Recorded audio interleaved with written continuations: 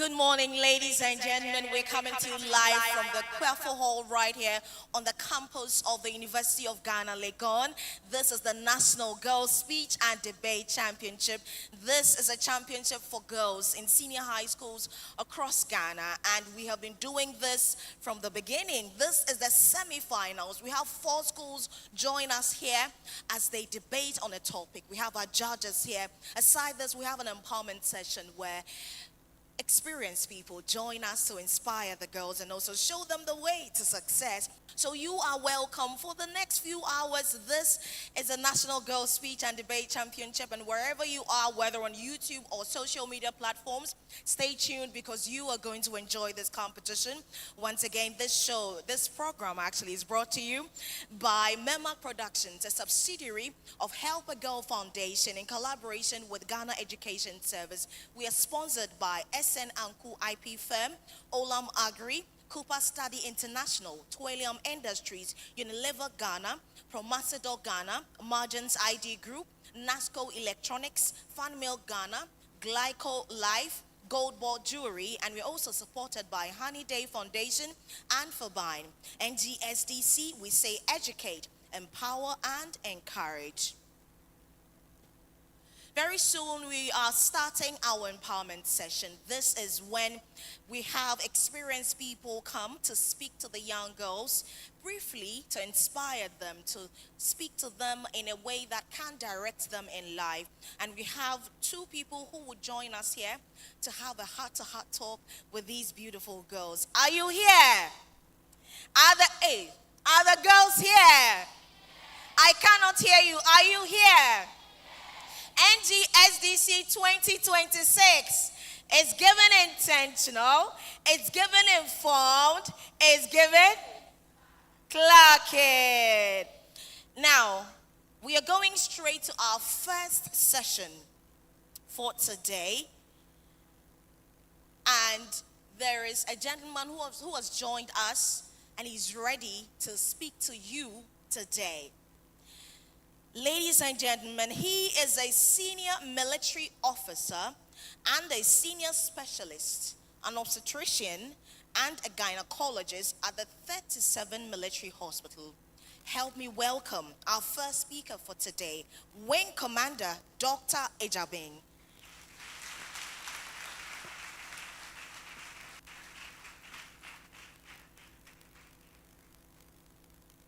Good morning. I hope you're all doing well. All right, so thank you very much for your kind introduction. You know, it's nice to see you all. So many years ago, I was just like you guys, you know, but it's unfortunate that my school cannot take part in your program because it's a male school. I learned this is for girls and mixed schools, right? Okay, so today I want us to discuss something very simple, very brief, but maybe something very personal, okay? It's just because I'm a gynecologist. I'm sure you know who a gynecologist is, right? Okay. When I finish, I'll ask those who said yes what we do, all right? So maybe I'm going to be a bit biased because I take care more of women and girls. So, but the guys, don't worry. If you have anything for me, I can answer your questions. So, you know, we would call you guys adolescents, okay? I do not know your age categories. How old is the oldest person here? 20? 18? Okay, I'm assuming that the youngest maybe around 14, and the oldest maybe 18 or 19. Whatever it is, in terms of signs, we are going to categorize you guys as adolescents, okay? And being an adolescent, a lot of things will be going on, both biologically in your body and then psychologically in your brain, okay? And sometimes, depending on how your social system or your social networking is, interaction with parents, you know, also goes, it may shape your understanding in very different ways.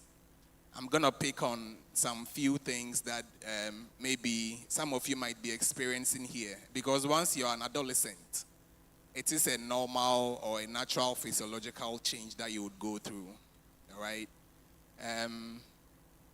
The first thing I would want to talk about is the fact that it is expected that at least all females in this room, you are supposed to see your monthly flow or your monthly menses, right? Okay. Let me hasten to add that if you should get to a certain age and you do not have your menses, it means there might be a problem. Okay? Sometimes, depending on how you are formed, things may not form the way they are supposed to form. So you realize that somebody may be 19, 20, and that person has not even had her menses yet. That has to be investigated. That is not how it's supposed to be. Also, having your menses too early, maybe 8 or 9, then you are having your menses. That one too may not be how it's supposed to be. We call that it's a term we use as precocious. It means that it is happening when it is not supposed to happen, okay? Before the right time, all right? And especially when it's your first time of having your menses, sometimes some of you may be a bit confused, okay? Because you may not even notice. Maybe you were in class and you saw something coming. You were in church, you were at home. You had to go and ask your mom what was happening and all that. But there's nothing mysterious about having your menses. It's a natural thing. It just tells you that you've gotten to a period we call puberty. Puberty is where you are capable in terms of reproduction. It means that if you are not careful, you may end up, or you can get pregnant. Let me say it that way.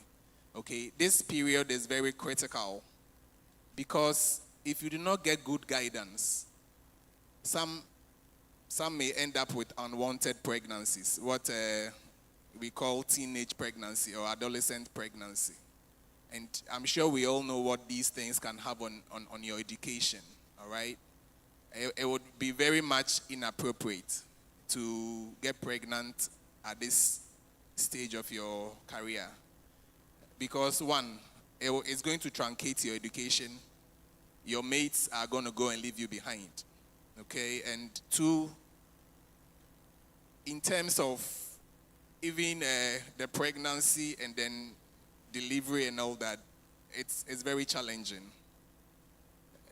Getting pregnant and going through it can be a very challenging situation.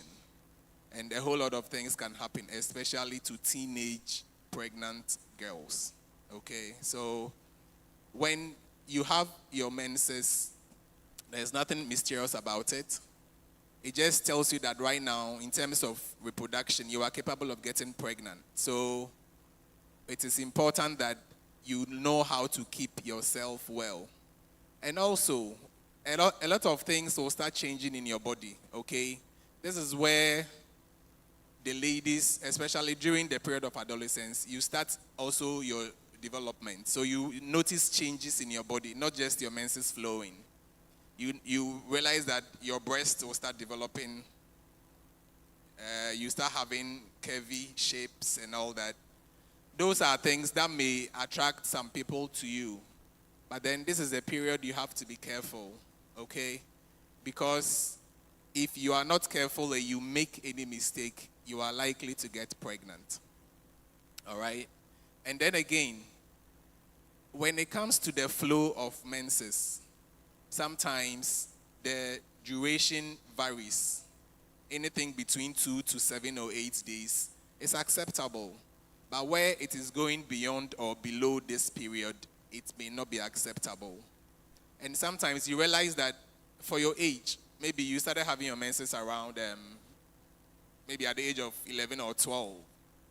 And then you realize that maybe you had it this year and it stopped. It never came again until maybe 2 years later. Then it comes again.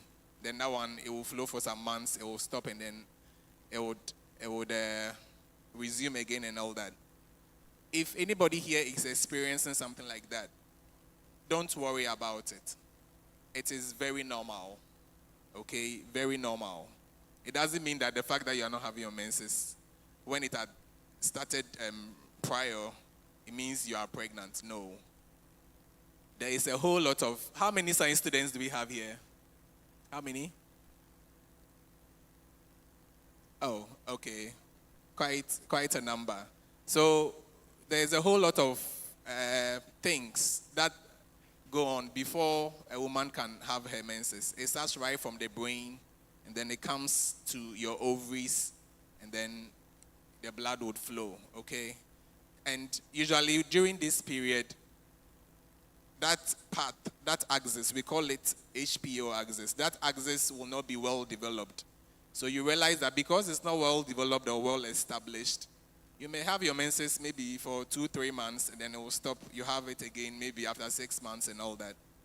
That is okay. Once the axis is fully developed, your menses is going to be regular, and it's going to flow every month. Sometimes too, you may start having your menses, and it can be regular throughout. There is no, there is no formula to it. Okay, everybody and what they experience. All right. And one thing that I would want to hammer on is menstrual hygiene. Very, very important. If you're a lady here and you've started having your menses, you have to make sure that you at least change your pad as often as you can. Okay, don't wait till it becomes so full. Maybe you put one pad there the whole day before you change. It's not hygienic. Okay, it is not hygienic. If I know sometimes financial issues and things may make things difficult, but then if you are in a situation where you are financially capable of affording a pad, try, and then if you at least you can even change 3 times a day, it is okay. Okay, because once blood stays there for a long time, it starts to generate some kind of odor, and you wouldn't want to have that. And always make sure that, I'm sure in your schools you have bins and all that. Make sure that these things are disposed of properly, because blood is something that is a rich medium for organisms. More reason why you shouldn't keep your pad on you for a very long time. All right. And to shift into general, I'll give you time for questions, so don't worry. To shift into general things. See, we've all been secondary school students before, okay? And it's worse in the boys' school. Some of them, they don't even like taking their bath, okay? I hope it's not like that with you. Is it like that? Okay, I pray it's not like that. It is good to keep yourself clean. Personal hygiene is very, very important, especially more so if you're a woman, all right? For the men, we do not have to bleed every month. So, that does not mean you shouldn't take your bath a day. I mean, twice a day, if you can. I know that twice a day, it may not be possible. At least once a day is okay, all right? You can manage with once a day.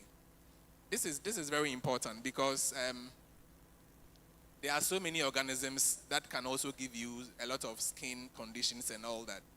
And especially being in our part of the world, because of the humid nature of our weather and all that, some fungal infections are able to thrive well under such temperatures, okay? So it's very, very important.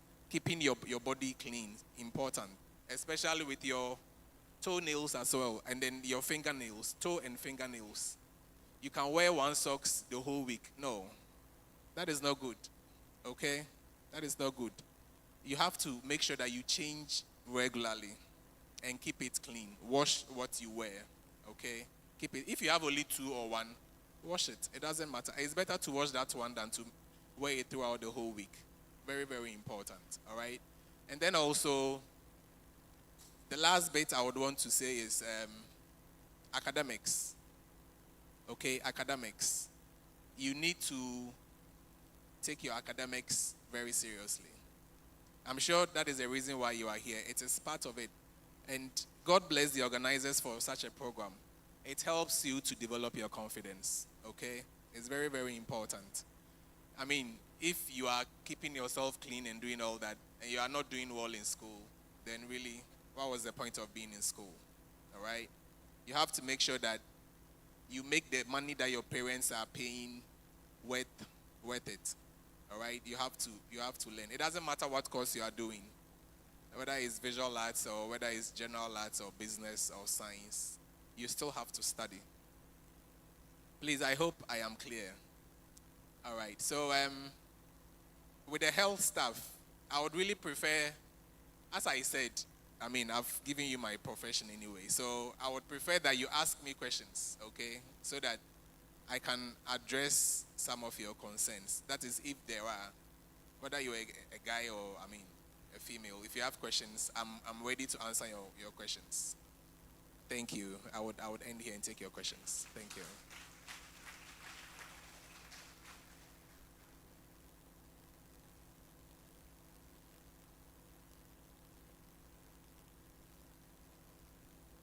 Yes, please.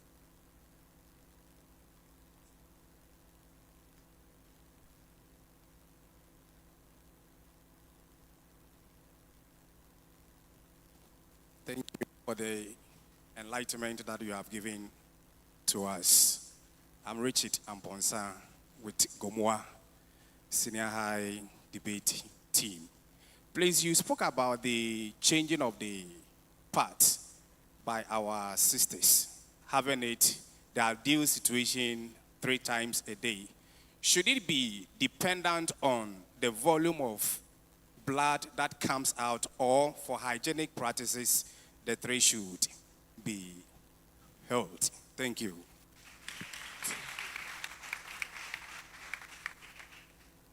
So, thank you very much for your question.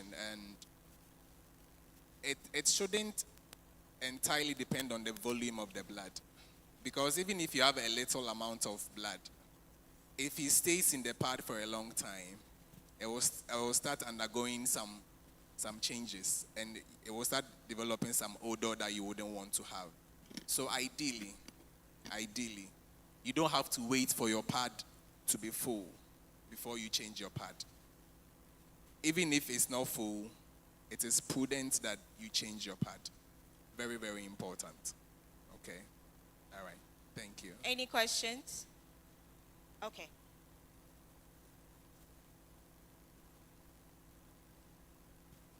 Thank you, please. Please, my name is Amabenoa Bempon, and I'm from St. Louis Senior High.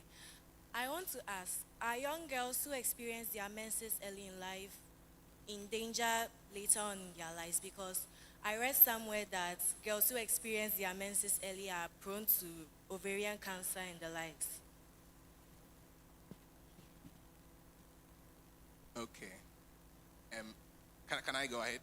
Okay. So, Amma, what you read? All right. Let me answer it this way. When it comes to ovarian cancers or gynecological cancers, sometimes there are some risk factors. Okay, and what you read may not be entirely incorrect. One of the risk factors for ovarian cancer is early menarche. Menarche means that the first time you are having your menses. That is the scientific name for it, menarche, okay? So early menarche and then late menopause. Menopause is when you are stopping your menses, all right? So assuming maybe I had my first menses when I was 11, and then I'm going to have my menopause maybe at the age of 54. That is a very wide interval, okay? Although in Ghana, the average Ghanaian woman will get to menopause at the age of 48 years, 48, 49, all right? Having your menses early does not necessarily translate into having ovarian cancer. However, if the interval from when you had your menses to when you start becoming reproductive, when you start having your children, if the interval is wide, maybe you had your menses at 11, you are going to have your first child maybe at the age of 30. That is a lot of years gone by. And one of the theories that underpin the development of ovarian cancer is something we call incessant ovulation theory. Incessant is something happening over and over again, okay?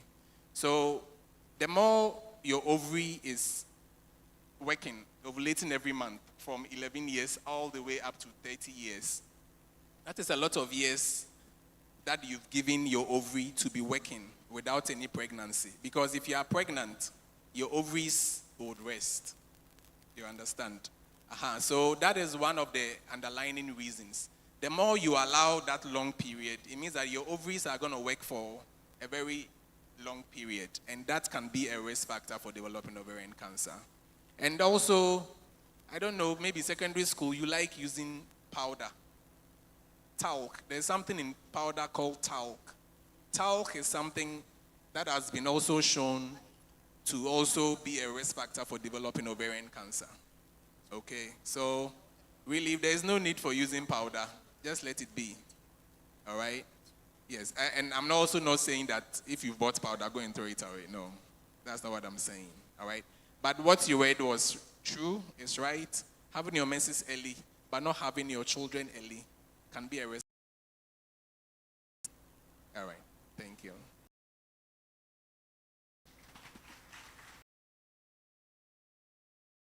Please, I would like to ask a question based on your career to actually work around female health and all. Is interested in gynecology. What does it really entail in that field? Okay. Your journey secondary school, you would have,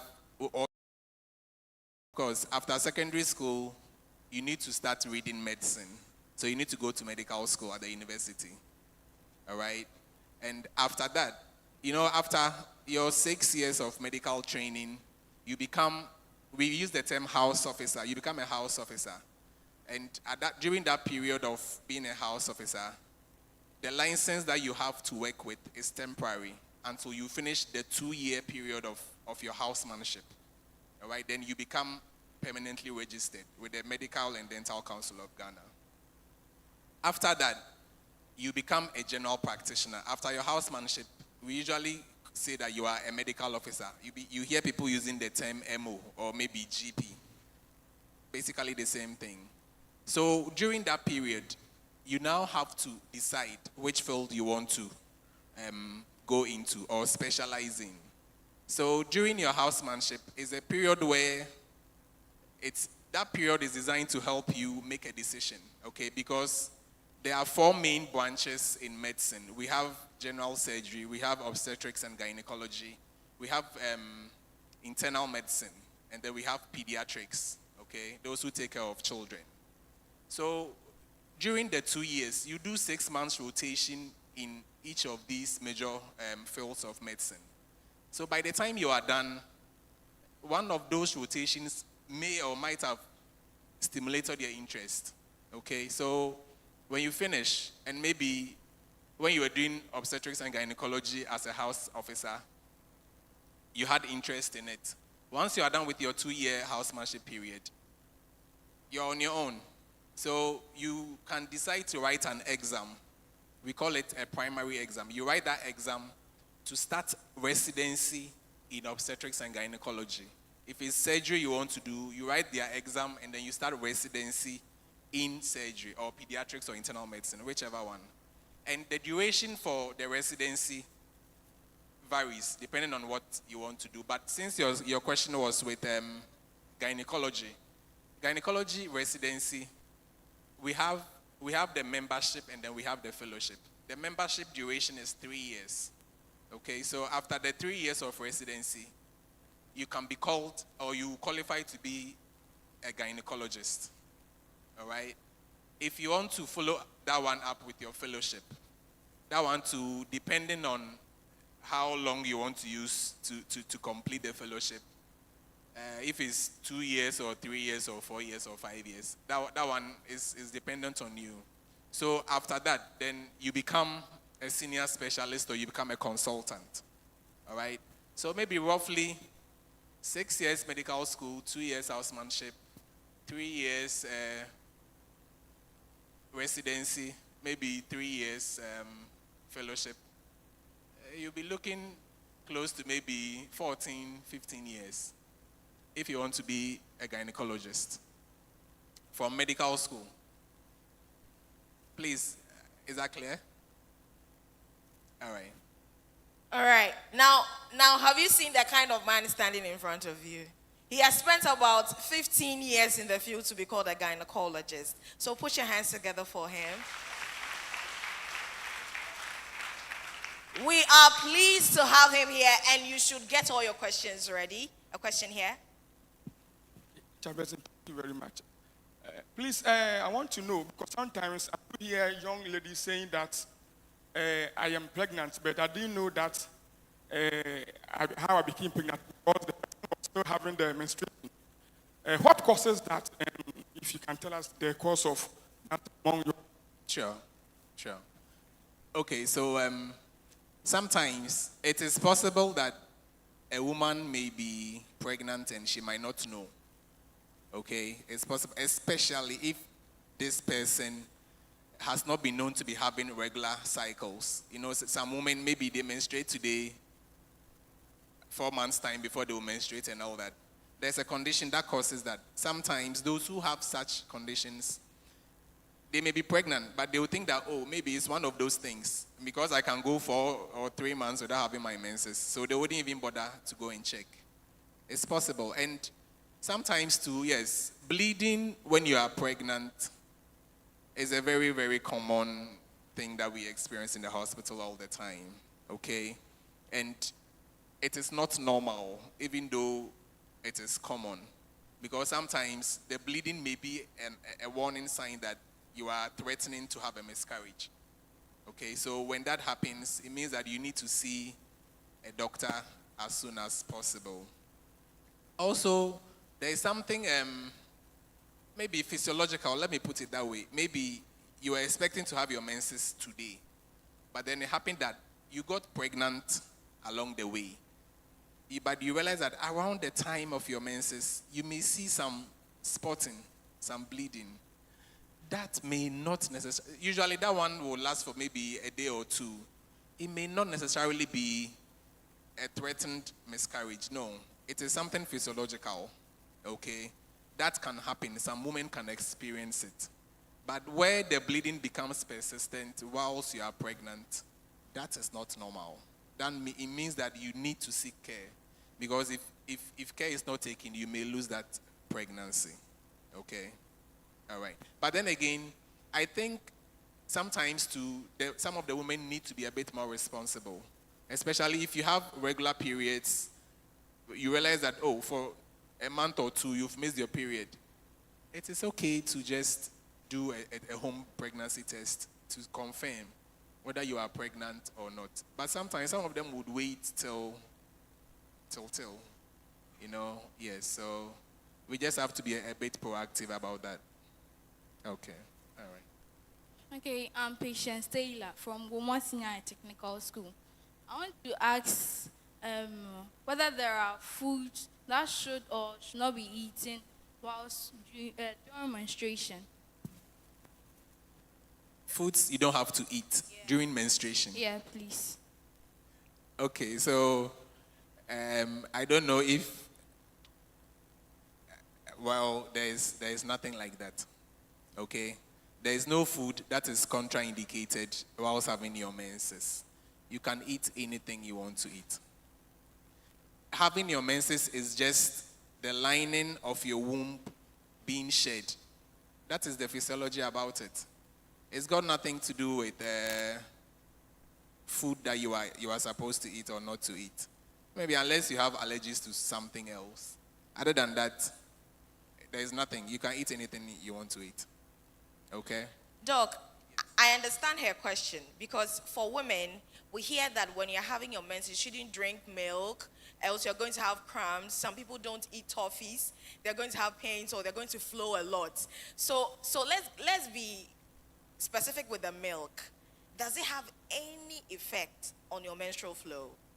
Okay, so now everything is evidence-based. Science is evidence-based. Never have I come across any proper research published that says that when you are having your menses, don't take milk. Never come across anything like that.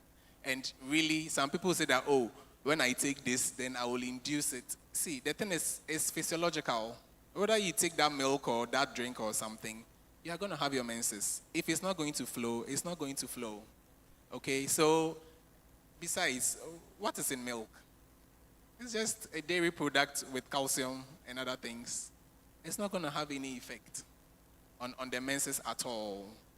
Okay? There is no link. Maybe, if anything, it will be more of something, an effect on your intestines.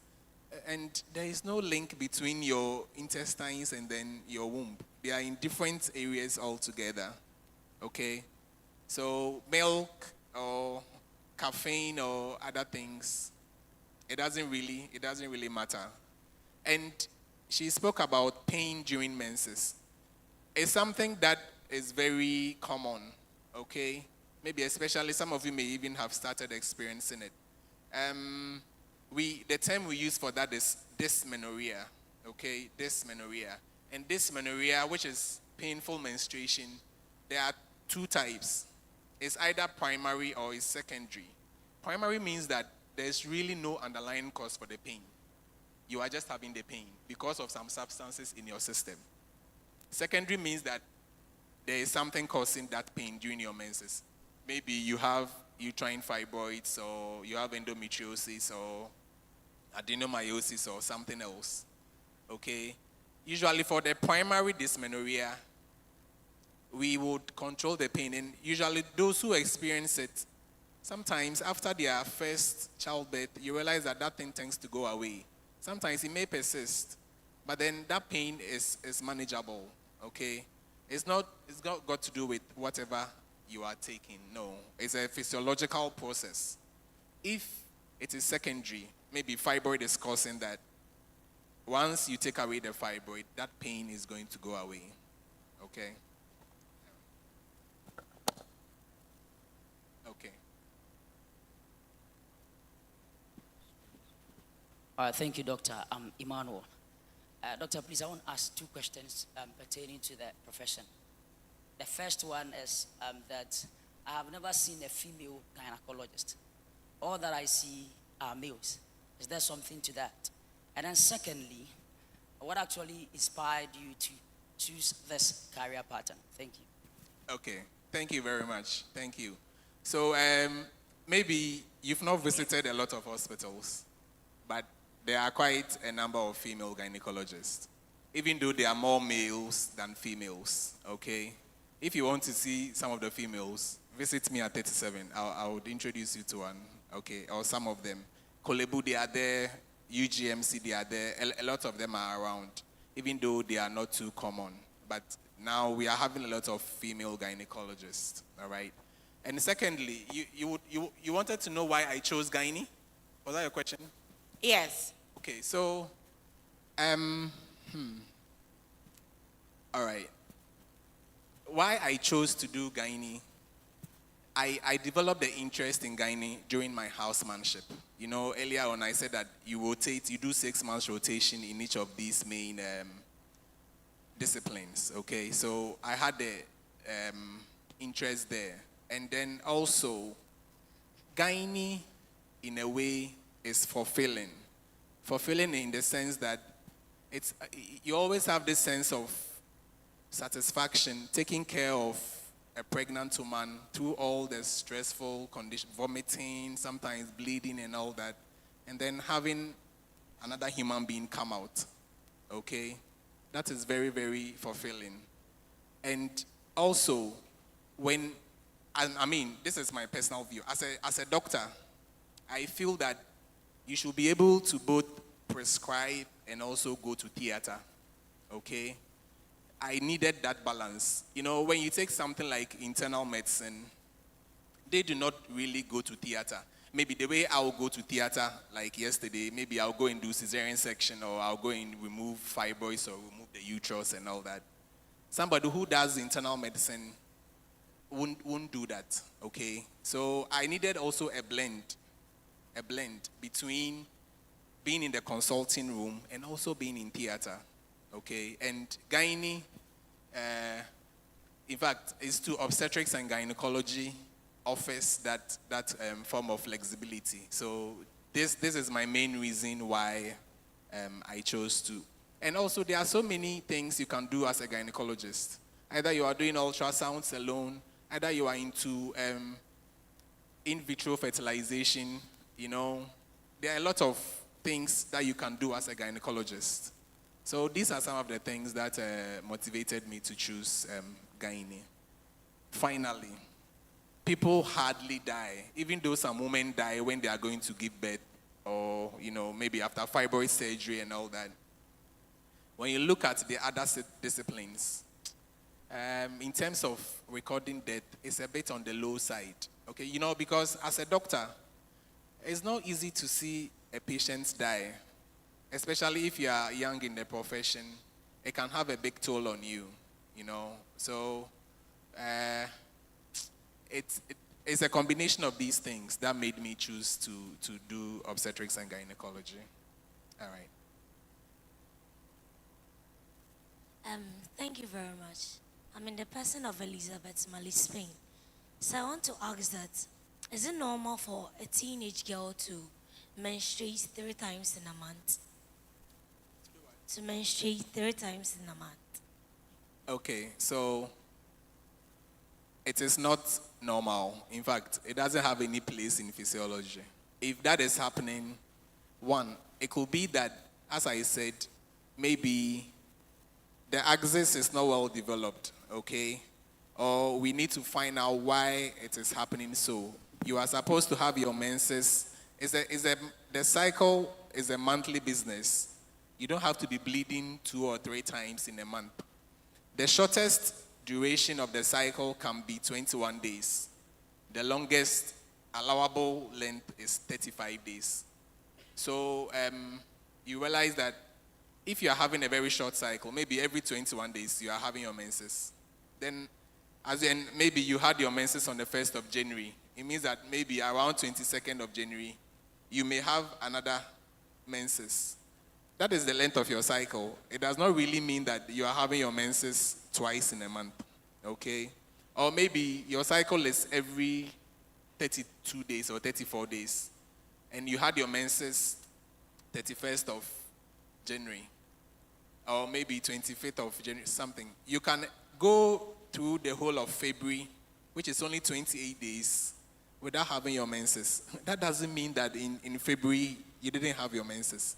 It was not time for you to have your menses, okay? But once you are having 3, 4, no, that one, it means there is something wrong, and we have to investigate to find out why it is happening that way. Okay, all right.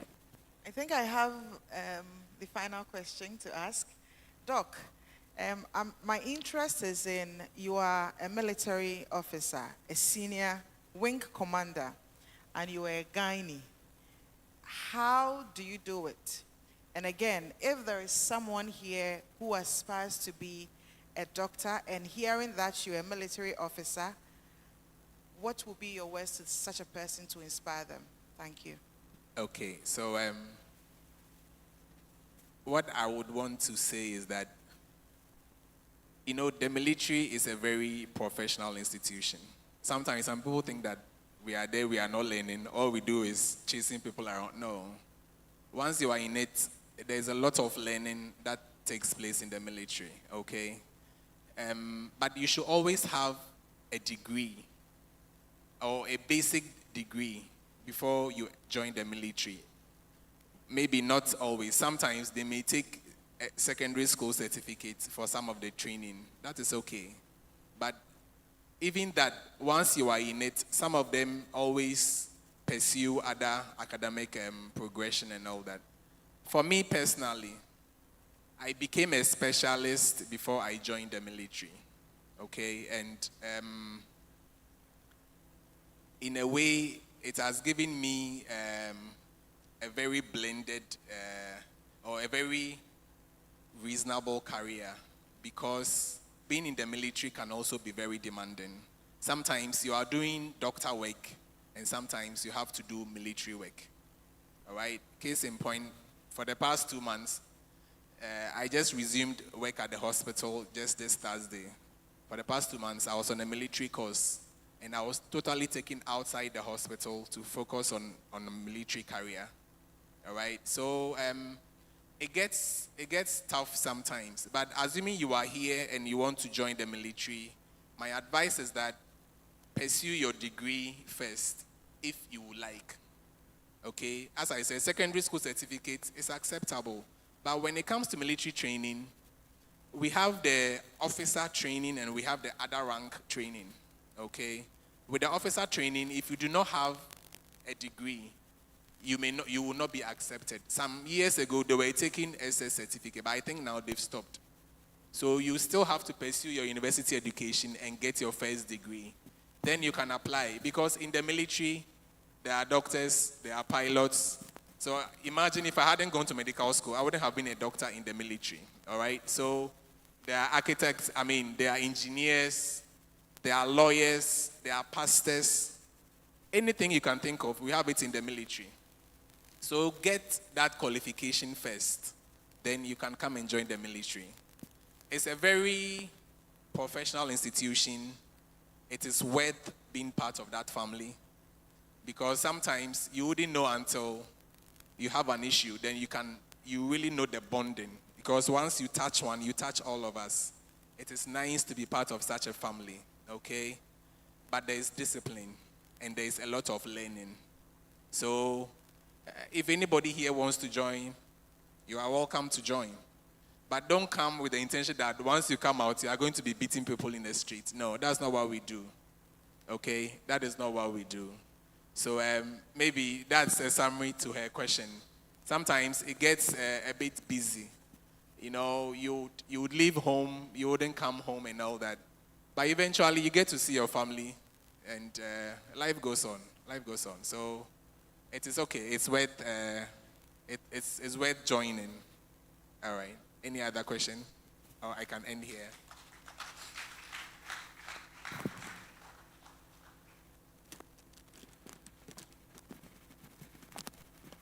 I know we have more questions for Doc, but we are behind time. Doc is right here. It looks like some of you want to do your consultation here. Maybe hospital, no uncle. Consultation or NGSDC. I know you'll be able to meet Doc if you have any questions, and he will be ready and willing to assist you to address your concerns. Ladies and gentlemen, we just listened to Wing Commander Dr. Ejabing. He's a senior military officer and a senior specialist obstetrician and gynecology at the 37 Military Hospital. In case you just joined us, this is the National Girls Speech and Debate Championship 2026, and we are coming to you live from the Equafo Hall right here at the University of Ghana, Legon. And I am Blessing Bliss Frimpong. You can call me. Hey, this energy, I don't like. It's like you don't want us to continue. You can call me. Thank you, men. Now we move on to our next speaker for today. And I need you to take your time and pay rapt attention to the woman who is about to speak to you. She will be speaking to you briefly, and I also need you to pay attention. But before that, let's get to know her. How many of us know gold? Have you heard of gold? Have you heard of gold? Do you want to have gold? Do you want to know how to get gold in Ghana? Well, she's here to show you. Ladies and gentlemen, the next person to speak to us is the Managing Director of Gold Board Jewelry Limited, a subsidiary of Ghana Gold Board, entrusted with the national mandate to add value to Ghana's gold through world-class made-in-Ghana jewelry and investment products. Under her leadership, Gold Board Jewelry Limited is undergoing vibrant rebranding, factory retooling, and operational restructuring. Her vision emphasizes economic empowerment, heritage, preservation, and establishing Gold Board as Africa's premier gold value addition enterprise. She serves on the board of the Ghana Tourism Authority, providing strategic direction for tourism development and economic growth. She's a lawyer with nearly a decade of banking experience. She excels in business development, credit management, and investment analysis. She holds a first degree in English and psychology, an award-winning MBA in marketing, and she was the best graduating student and an LLB from GIMPA. She made history as the first SRC president of the Ghana School of Law in 14 years. A dynamic multidisciplinary leader, she seamlessly bridges law, marketing, manufacturing, and national development, driving innovation, economic empowerment, and Ghana's global competitiveness. Ladies and gentlemen, it's an utmost honor to welcome Miss Gertrude Emefa Donko, Esquire. Did you hear all the achievements? You have to clap. Oh. Get your questions ready as well.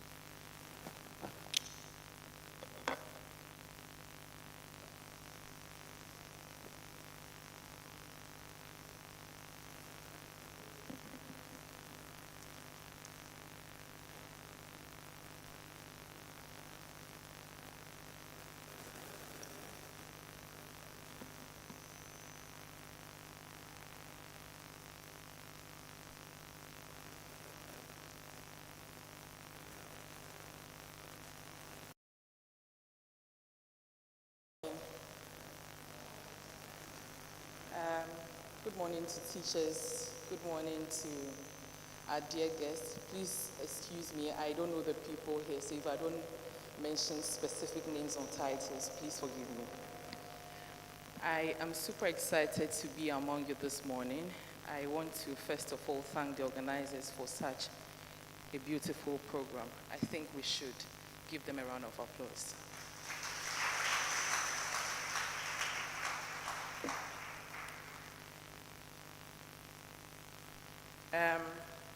I just want to have a conversation with you. So I'm not here to give you any lengthy speech.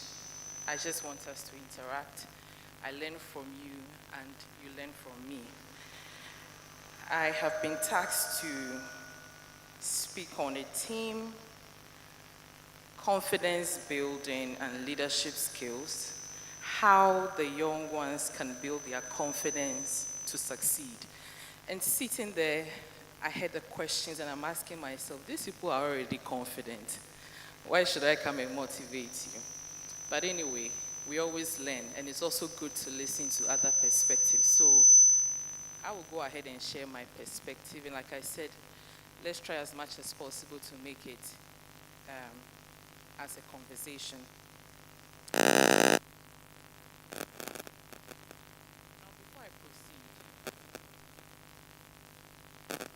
Before I proceed,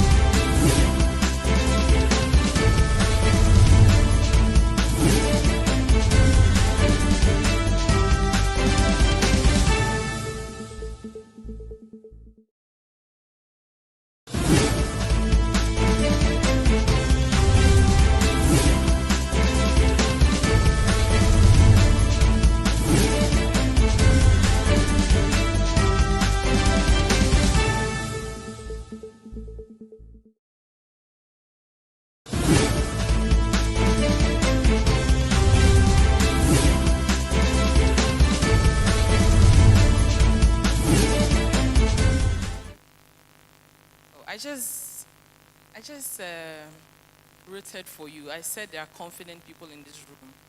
So please don't disappoint me. Confidence. What comes to mind? Yes, my darling.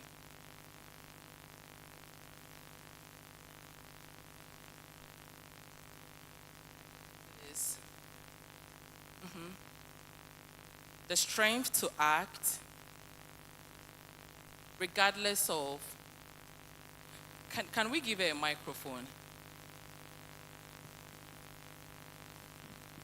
Confidence is the strength to act, regardless of what anyone thinks. The confidence to act regardless of what anyone thinks. The strength. The strength to act regardless of what anyone thinks. That's a very good perspective.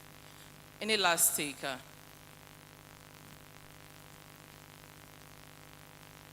Well, what I have here is no different from what has been said, which is why, oh, there's somebody there. Okay, which is why I said today I'm learning from you and then you also learn from me. So we learn from each other, right? I have here confidence is a steady belief in yourself, in your abilities, in your worth, and the power to try, to learn, and to grow, even when things feel difficult or scary. So confidence is not about being the loudest in the room. It's not also about never being afraid. It is that thin inner voice that says, I can try, I can learn, and I can rise again. So regardless of the circumstances, you want to try, you want to learn, you want to grow, and that's confidence. So you don't shrink when a negative opportunity presents itself. So you see, it's the same thing that we have said, except in different ways. Now, can you raise your hand if you've ever been nervous under any circumstance at all? Maybe in classroom. Have you ever been nervous? Let's raise our hands. So you see, you are not alone. You are not alone. But being nervous is very normal. The ability to get over that feeling and go ahead to do whatever it is that you've been asked to do is part of confidence building. So when you're nervous under any circumstance, it is very normal. It is human. We all have been nervous before. But you have to rise above it, build confidence, and do what it is that you have to do. As senior high school students, I should say that this is a perfect time, this is the right time for you to start building your confidence. Right now in SHS, your SHS years, the time to start building the confidence, as I said, is now. You are in a very exciting environment full of chances to grow in class, in your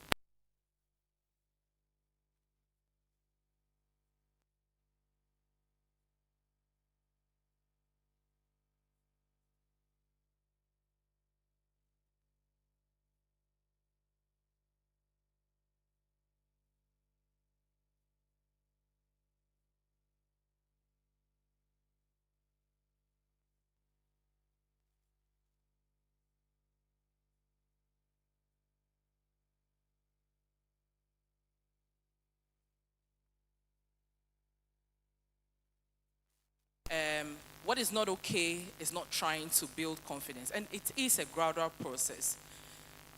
And like I said, it is not a magic. It doesn't happen suddenly. Now,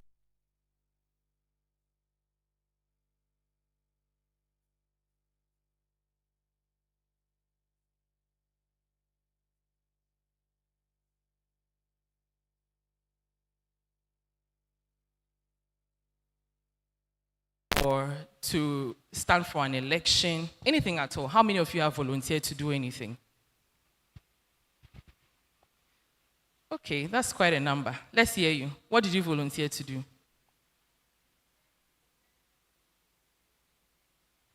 A group presentation. Fantastic. Okay, and how did it go?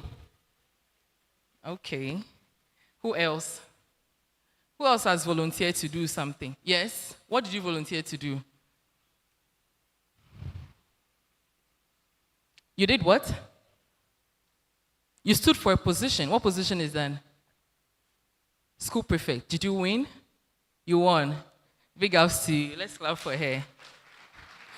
So you see, that's how you build confidence. Volunteering to answer a question, to stand for an election, to fill in the gap where there is a need or a need arises for something. And it's a gradual process, as I have said. So our sister at the back who has once stood for an election, I bet you the next time she has a bigger platform to stand for a higher role, she may not be timid because she's gone through it before. So it's a process. And so, as I said, volunteer for class leadership, for clubs, debates, sports, or community activities. Then do not fear to make mistakes. They are normal. Accept them, learn the lesson, and try again. Every comeback makes you stronger. So when you, in trying something or in attempting something, when you make a mistake, don't shrink, don't fall back, try again. The more you try, the more it is for you to come back stronger. Then also, it's important for you to improve every day. Avoid complacency. And ask yourself each evening, what did I do better today than yesterday? These are all steps to take or you take to build confidence. Then seize opportunities. We've talked about that when I asked how many of you have volunteered to take up, to do something, even without you being asked to do it. So usually, opportunities may not come chasing you. Sometimes you just have to seize opportunities. Like the school elections we talked about, quizzes, science fairs, sports, new skills.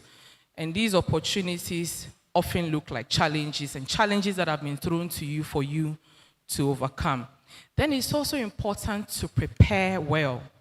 Read ahead, practice, rehearse, because knowledge boosts confidence. You know, when you have full knowledge over something and you're asked to speak on it, you're confident because you know what you're about.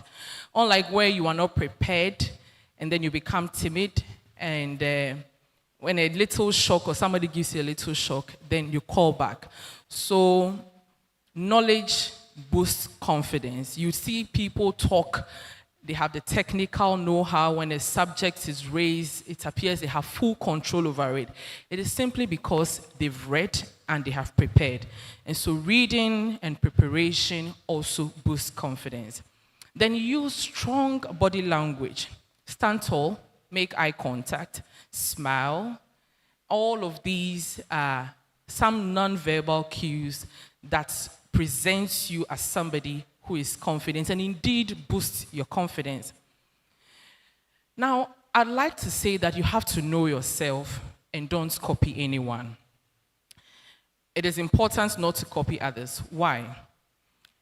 Because we all have different paths, and once you discover what you want or what you like, it becomes more comfortable to do the things you want to do instead of copying others. So discover your own strength, your interest, your talent, and then you build on them. And like I said, each of us has a unique path designed by God. So when you pursue what you genuinely enjoy and what you are good at, like academics, like sports, like leadership, like our sister talked about, you feel real satisfaction, and there is an inner comfort that builds deep confidence. Copying others just to fit in will eventually leave you empty and erode your confidence. Then I also want to touch on something which is handling discouragement and naysayers. Sometimes people will discourage you. They will laugh, they may gossip, or they may say that, oh, you cannot do this. But I need you to know that their words can bruise your confidence only if you let them. Now, let me share my own experience with you. While I was at LLB, our MC introduced me and said that I was the first female president at the Ghana School of Law in 14 years. That didn't happen by chance. That was not my first attempt at getting elected for a leadership position. While doing my LLB at GIMPA, I attempted the first time. I wanted to become the LSA president, that Law Students Association president. And I was the only female candidate among two other gentlemen, and I came last. Can you imagine? I came last, and truth be told, it's not the best of feelings. There were people who laughed behind my back. Some even said very distasteful things to me in my presence. Others gossiped. And the truth of the matter is that the reactions I got from my colleagues could have completely eroded my confidence. And I'll tell you, at a point I said I would never, ever present myself for anybody to elect me. I will never give anyone that kind of power. And that's because what people said about me at the time really hurt me and almost eroded my confidence, which is why I had to say I would never present myself again for any office. But after reflecting, after praying, and after rebuilding, I tried again at the Ghana School of Law, and by God's grace, I won. So you see, if I had allowed the negativity or the negative comments from others to guide my decision, then I probably wouldn't have gathered courage to try again. So don't listen to what others have to say. Sometimes people project their insecurities on you. They know they cannot do it. And because they know they cannot do it, they discourage you and they project their insecurities on you. So don't pay too much, in fact, don't pay attention to naysayers and those who are out there to discourage you. Do we all know each other in this room? Do you know the person seated next to you? You know the person seated next to you? Okay, great.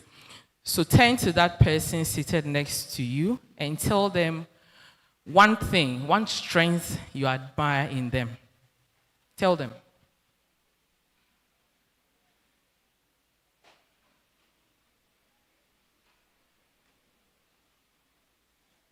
Some of you are not telling anyone anything. Is it that you don't know them?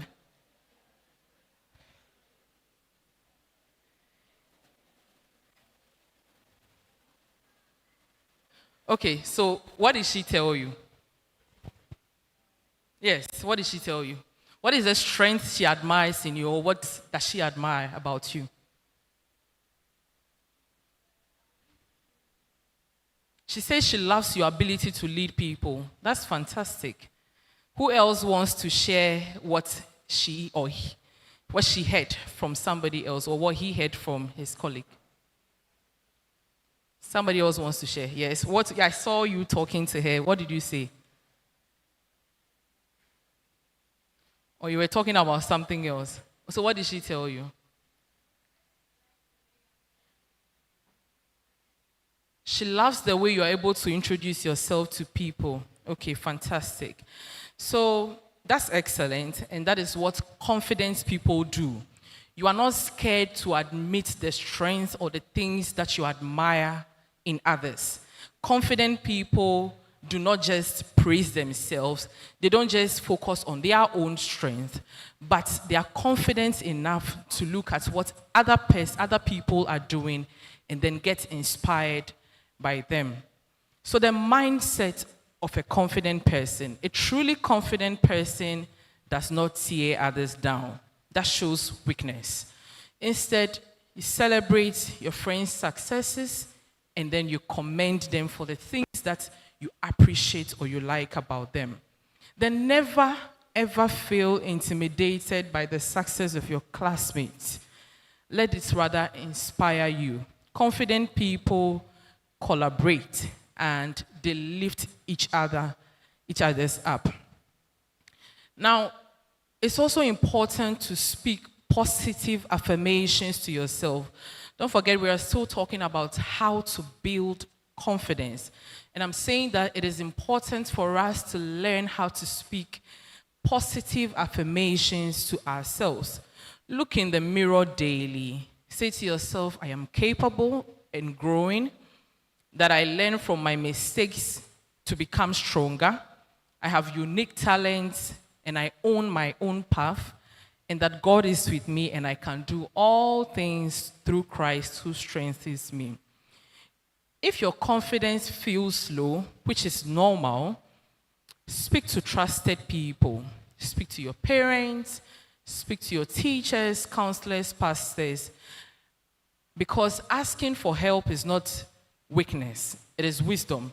So at any point in time, if you feel that your confidence is eroding or you don't have it at all, you can always take a cue from somebody, speak to your parents or your teachers, and then come clean and tell them that I feel I'm struggling with my confidence. I feel that I need some help. And these right people will be there to guide and support you. Then also, I want to tell you that it is important to stand in your convictions. Resist the people-pleasing attitude. So you have to resist or learn to resist the urge to be liked by everyone at all costs. So that need for approval, it weakens your confidence. Be willing to stand for what you believe in, even if it means that you are standing alone and nobody else is standing with you. And let your convictions, of course, guide you. This is very important because sometimes we are tempted to do whatever it takes to get people to like us. And in doing that, you are not yourself because you are scared. What would this person say? What would that person say? And that definitely will erode your confidence. So be confident in who you are. Pursue what you believe in so long as it is right. And by all means, do not allow anybody to tear that confidence down. I'll give an example. In the Bible, I'm a Christian, so I would always give, biblical examples. Jesus once asked, "Who do people say I am?" When he asked it, it didn't mean that he wanted to know or he wanted other people's opinion to define him. He knew exactly who he was. He knew his identity. He knew his mission. And others' opinion, trust me, did not change his convictions about who he was. So be the same person.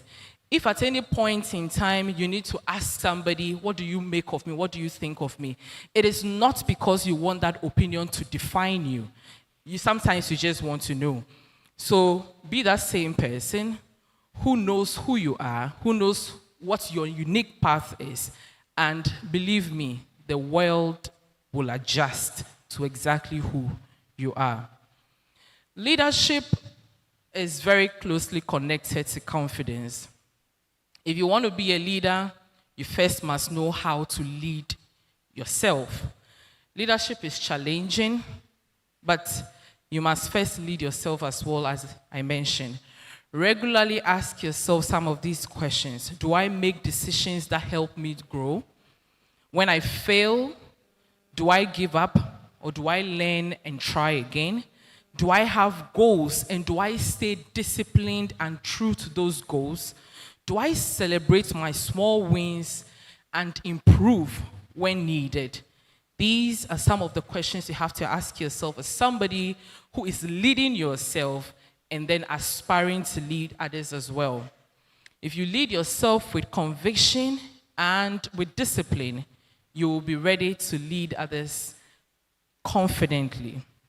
And I tell you what, not everybody will like your decisions, and that is why the inner conviction really matters.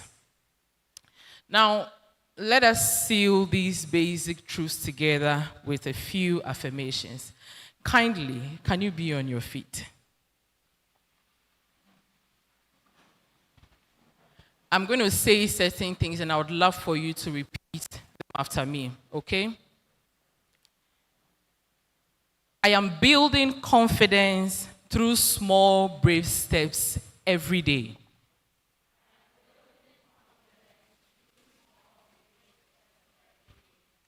I embrace my unique strength and my own special path.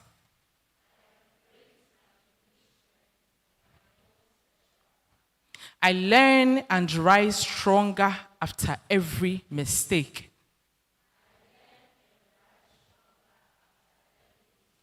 I celebrate others and choose to lift them up. I lead myself well so I can lead others in the future.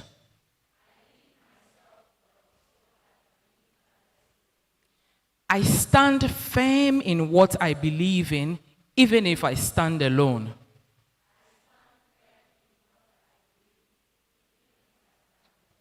I am confident, I am capable, and I am ready to succeed. Thank you. You may have your seat. So just to round this whole short discussion up, my dear young sisters and brothers, your confidence is not just for you. When you're building confidence, it's not just for you. It is for your family, it's for your school, it's for the community, it is for Ghana, which needs strong, God-fearing leaders like yourself. So build it every day and build it deliberately. Lead yourself first, stand in your truth, seize opportunities, surround yourself with positive friends who would help you to grow, pray often, and keep improving on yourself. Remember, I said that the world adjusts to those who know who they truly are and walk in their paths boldly. God richly bless you, and thank you.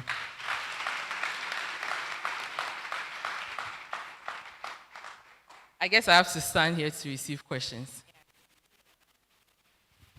Any questions by hand?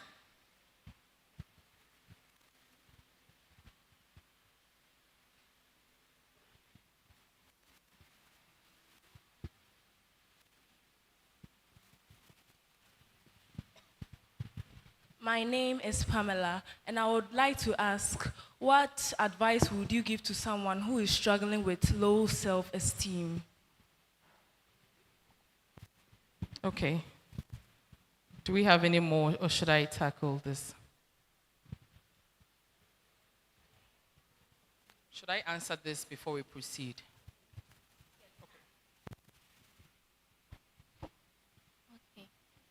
So my name is Akosia, and you seem pretty young, but I wonder how you were able to reach this career with your age, or I don't know, maybe you are older than what you look like.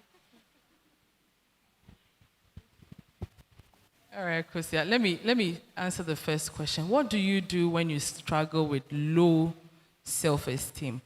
I guess in one way or the other I have touched on it, but I would say that speak to the people you can trust. Speak to your parents, speak to your teachers. Let them be there to guide you. I'll tell you something, but the reason I'm saying this is because when you struggle with low self-esteem, it is not an event. You probably may have tried over and over again to get something done, and you're finding it difficult. And so you need that person by you who is constantly guiding you, constantly encouraging you, and supporting you. But very importantly, I said that we all have very unique parts. Sometimes we struggle with low self-esteem because we are looking at another person instead of focusing on our own strengths and our unique abilities. So, who are you? What are the things that make you happy? What is your strength? What is that thing that you feel can project you above every other person? And what is that thing that makes you want to embrace your unique path?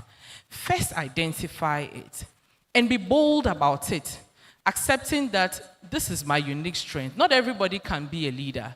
Perhaps you are a good reader, and that is what your strength is.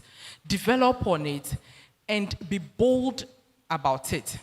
Like I said, sometimes in fact, oftentimes we struggle with low self-esteem because we are looking at another person instead of looking at ourselves, identify our own unique strength and developing on it. So let me throw this question to you. What is your unique strength?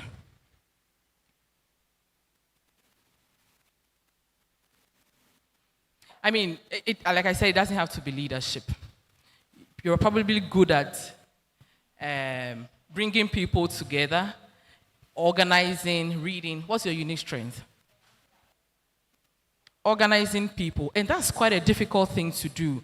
So don't look at our sister over there whose strength is doing chobwe, standing for an election. If yours is about organization, I think you should focus on it and build on it. Other people would see it and you would get recognized for your own unique strength. It is important to embrace your unique path. And then when you're bold about it, somehow you will be able to deal with the low self-esteem. But importantly, speak to your parents, speak to a teacher who is close to you, and let them be the ones always by you, supporting you and encouraging you. Okay? Then there's a question about me being young. I'm not so young. I'm not so young. I'll not give you my age now. After, come and see me, but I'm not so young. But I have to say that it is all by the grace of God. Whatever I am now is by the grace of God. I have been a very consistent person, and that's not to say that I have not faced my own challenges in life. I have faced a lot. Maybe another time we'll get to talk about my journey. But I started just as you did, went through senior high school, my first degree, second degree, 10th degree, and so on and so forth. Right from day one, I knew what I wanted to be. I'd always said I'll read law and become a lawyer. Somewhere along the path, things changed a little, other things added up to it. One thing that stood out for me on my journey is the fact that I would always embrace opportunities. I never waited for opportunities to chase me. So for instance, if there is a need to,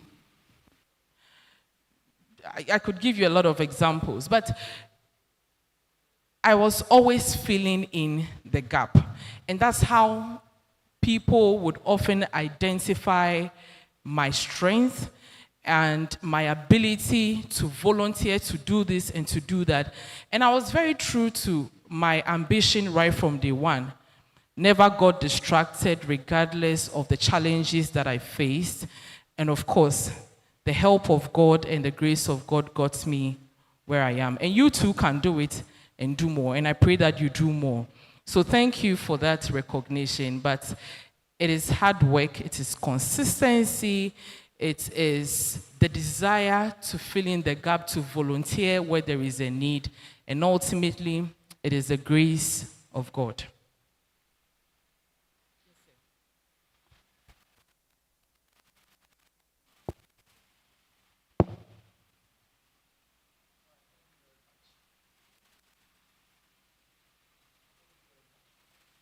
Chairman.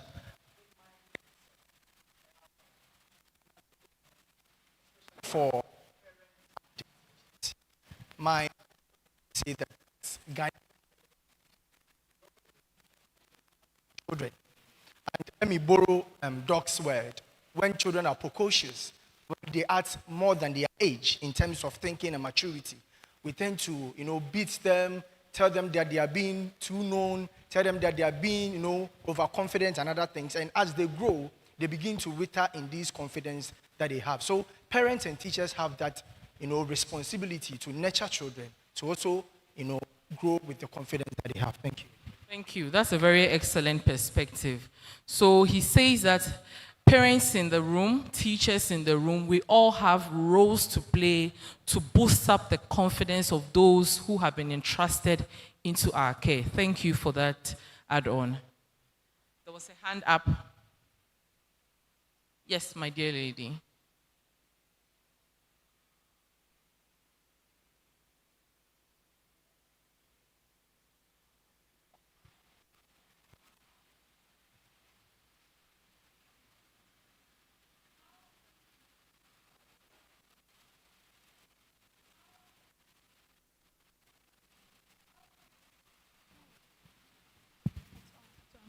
How do you encourage someone who is constantly doubting like themselves? So that's almost like the low self-esteem question, constantly doubting yourself. I would repeat what I said early on, that speak to trusted people who are in your space. Speak to your teachers, speak to your parents. Tell them in all honesty the challenge you're facing. I mean, we cannot use one day to erode that problem you have been facing for months or for years. So you need a guide, you need somebody by you who is constantly encouraging you and then supporting you to get over that challenge. But I will say again that, listen, we all are unique, okay? Know that you have something unique about you that I probably do not have. There's something unique about you that the person seated next to you does not have. Embrace that fact and be confident in your unique abilities and your unique strengths. Why do you doubt yourself? Is it that you listen to negative comments from others? Is it that when you do something, you need somebody to by all means tell you that, oh, what you did is right or what you did is wrong? You don't need validation from others. So once you are confident in yourself, in your ability, you don't need to hear what the next person has to say.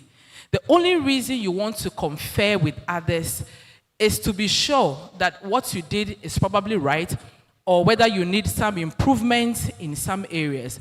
But first and foremost, be confident in your ability. Be confident in what you have done. Doubting yourself will create room for others to further dig into your inability to have that strength or embrace that unique identity. So I said that be self-aware that you are a unique individual, that you have a unique strength, that you are powerful on your own, and build on that unique strength that you have identified about yourself. And the naysayers, they are always there. Many times, the people who are criticizing you are not doing it from a good place. Believe me, I have been there. There are people who like to project their insecurities onto you. They know they cannot do it. And instead of them recognizing your unique strength and helping you or encouraging you, they would rather criticize you. So not all criticisms are constructive. That's not to say that criticisms aren't constructive. But when you know yourself, after you have identified your strengths and your unique path, you have the power to assess those criticisms. You have the power to determine whether or not somebody is criticizing you constructively or otherwise. And don't forget, speak to your mom, speak to your dad, speak to that teacher you are comfortable with, express to them what your challenges are. And I know that teachers have been trained to guide you, and that person will be there supporting you and being there for you every step of the way.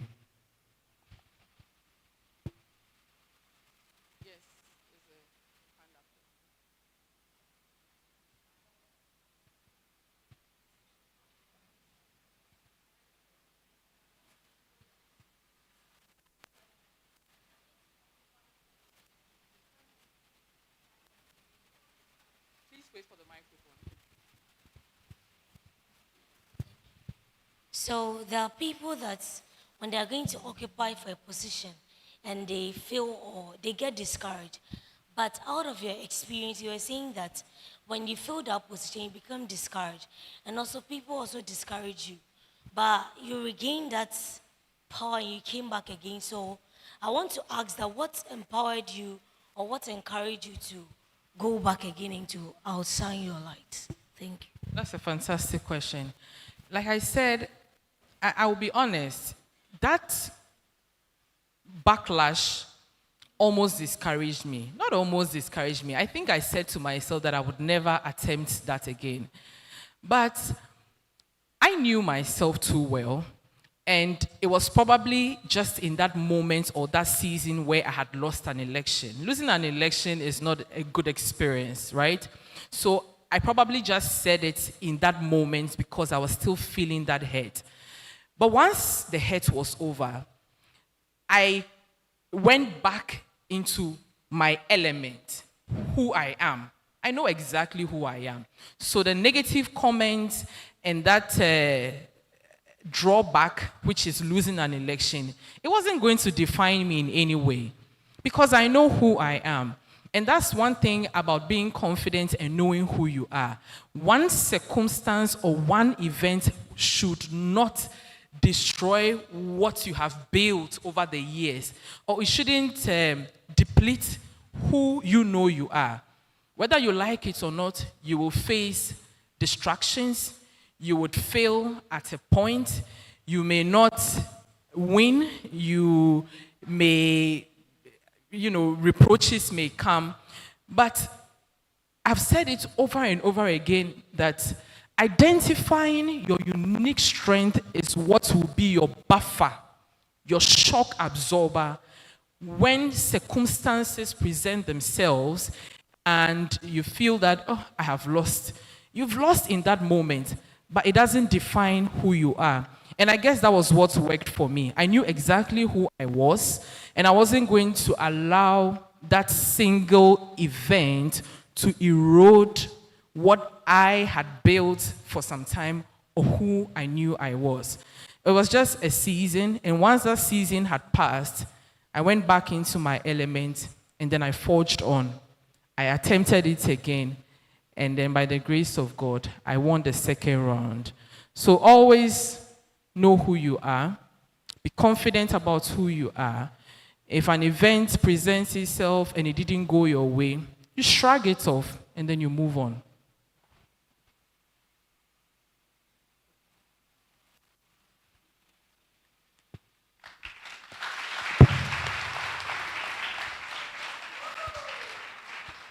Thank you very much. The Managing Director of Gold Board Jewelry Limited, Gertrude Emefa Donko Esquire. Round of applause once again for her.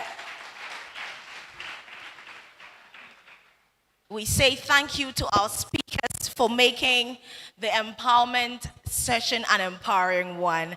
Wing Commander Dr. Ejabing is a senior military officer and the senior obstetrician and gynecology at the 33 Military Hospital, and the Managing Director of Gold Board Jewelry Limited, Gertrude Emefa Donko Esquire. A round of applause for both of them.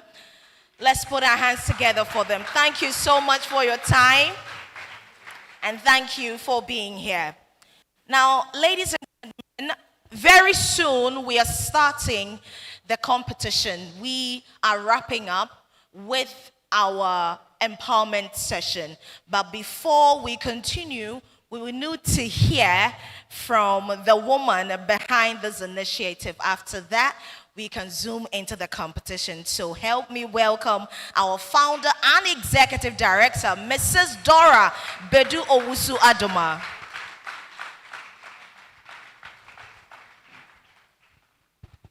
Thank you, Teacher Blessing. She said last 2 weeks that when we say the National Girls Speech and Debate Championship, there is a response. So I want you all to say it so that our very important guests will know. The 2026 National Girls Speech and Debate Championship is given, and is given inspired. And the last one, you clap it. Clap for yourselves. This is a very great day. Today is a very great day because we have gathered here at the penultimate stage of the season, the National Girls Speech and Debate Championship 2026. And a few weeks ago, 16 schools began the competition, and today only 4 remain. And this is evidence of your hard work, of your discipline, and the courage, and also listening to your trainers. And so, students, clap for yourselves because you have done well. But listening to Dr. Ejabing and Madam Gertrude Emefa Donko, I am reminded of why the National Girls Speech and Debate Championship exists. It is not about trophies and winning medals and all that. It is about empowering ourselves. It is about challenging us to soldier on and do mighty and wonderful things for ourselves. And this year, we have challenged ourselves to be intentional, to be inspired, and to be informed. So I'm only here to tell you that you have to continue being intentional about your purpose, continue to be informed in your choices, because Madam and Doc, they've said so many things, so you have to be really informed about that. And then also continue to be inspired by the possibilities ahead. Be confident in yourself, know who you are, where you want to get to, and work towards it, and you'll happen. And finally, this platform, we have heard some nice, amazing stories that I want to share with you. 2 weeks ago, some of the contests, in fact, everything went viral. And I am pleased to let you know that a student from KNUST Senior High School has earned full scholarship. And clap for her. I know they are watching. Because she mounted this National Girls Speech and Debate Championship, spoke with so much brilliance, and to the admiration of all those who watched the contest. And it's being streamed live. You can watch it afterwards when you get back to your schools. And that is not all. Another student from Presec, Bechem, right after the championship says, that's where my interest is. The love that is pouring in cash and in kind from Ghana and beyond. This is what the National Girls Speech and Debate Championship is about. So as you begin to debate, put your best foot forward. Debate like it's nobody's business. Be inspired by these wonderful people that we've had here and all the many things that they have shared with us. And I know your story will also be different. This is not to say that what the others did was short of amazing or inspiring. This is just to inspire you, to motivate you, and let you know that you are in the right place. And for us at the National Girls Speech and Debate Championship, our mission remains unchanged. We will continue to educate, to empower, and to encourage. And to corporate Ghana, you've seen all these sponsors here. This is a testimony of what your support, your investment is doing, and the lives that you are impacting. I know most of them are not here, but today we are fortunate to have the MD for Goldboard Jewelry. Let's clap for her, because Madam is sponsoring us. And all the other sponsors that we have here, please patronize them. Tell their businesses to your family, to your relatives, and to everyone. And together we will do this and to impact the next generation of confident, bold, and well-articulate young women in Ghana. My name is Dora Bedu Owusu-Adoma, and I wish you all the very best. Thank you.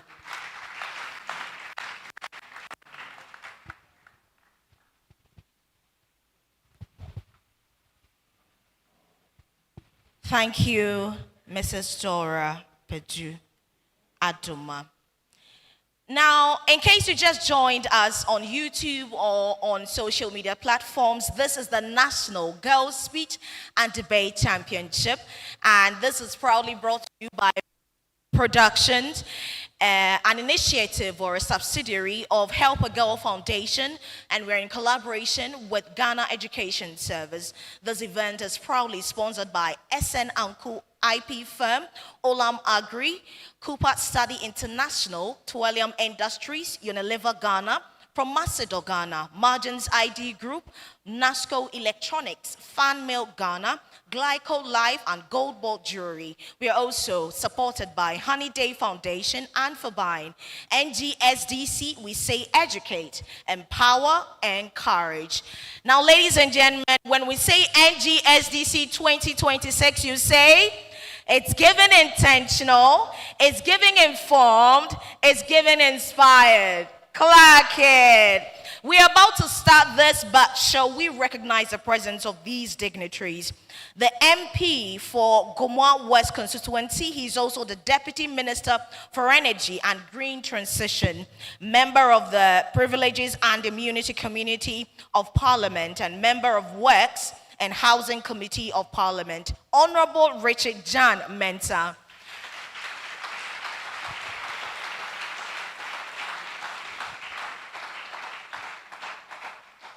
We also have the Director of Corporate Affairs at the National Identification Authority. It's Mr. Williams Ampoma Emmanuel Dallas.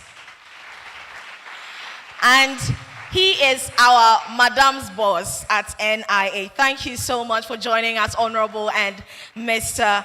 Ampoma Emmanuel Dallas. Now, is St. Louis here?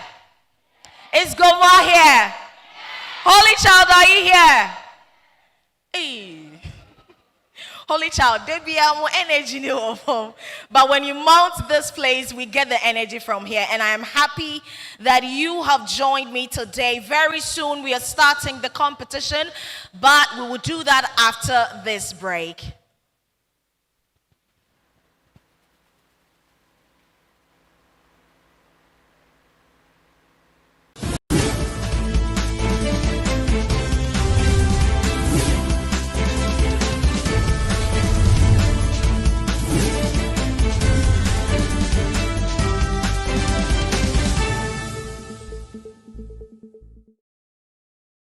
The mic is on, the stage is set, and Ghana's most powerful young voices are ready. Welcome to the 2026 National Girls Speech and Debate Championship. This year, we rise intentional, informed, inspired. From across Ghana, brilliant young girls step forward to speak and to lead conversations that shape the future. This is where intellect meets courage, where ideas are tested, where confidence is built. Will St. Louis maintain a dominance, or will a new champion emerge? This is the National Girls Speech and Debate Championship, a platform that equips young women with a voice, clarity, and confidence to lead in classrooms, boardrooms, and beyond. For corporate Ghana, it's an investment in the future. For alumni, it's a call to rally behind your schools. For every young girl watching, this is your moment. Starting on the 16th of May 2026 at 9 a.m. prompt. Watch everything live on all our social media platforms at GSD Ghana. National Girls Speech and Debate Championship. Educate, empower, encourage. Dreaming of studying abroad, United States, Canada, the UK, Australia, or other countries? Cooper Study International makes that dream a reality. With over 29 years experience in the school placement business, we provide expert guidance to prospective students from application to admission on visa processing, accommodation, travel, and scholarships. Our global partnerships open doors to prestigious universities worldwide, helping you gain world-class education and international exposure, and preparing our students for their future careers. From your hometown to your dream destination, we work with you every step of the way. Cooper Study International, Ghana's premier college and university placement agency, is an efficient and very professional agency. Visit us today to take the next steps towards a successful career. Success starts here. Let's facilitate your study abroad journey smoothly.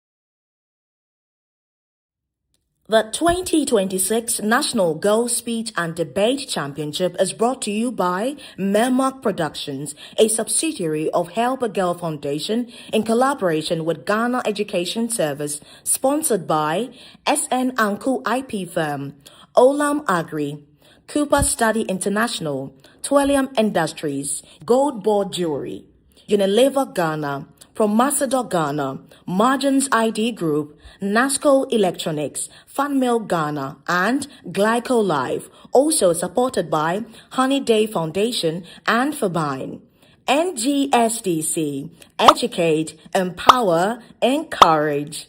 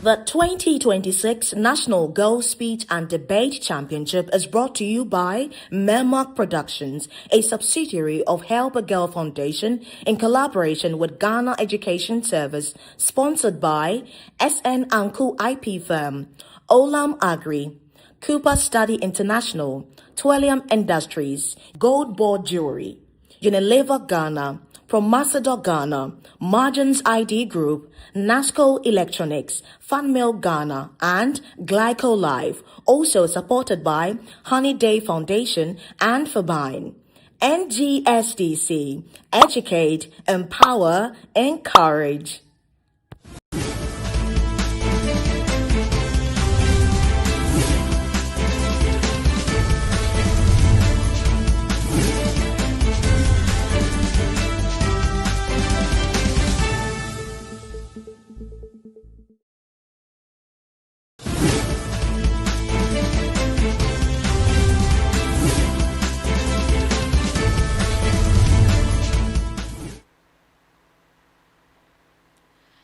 Before we continue, for those outside, please come inside now. If you're outside, you are at the wrong place.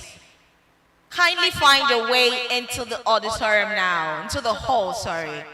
Please enter the hall now.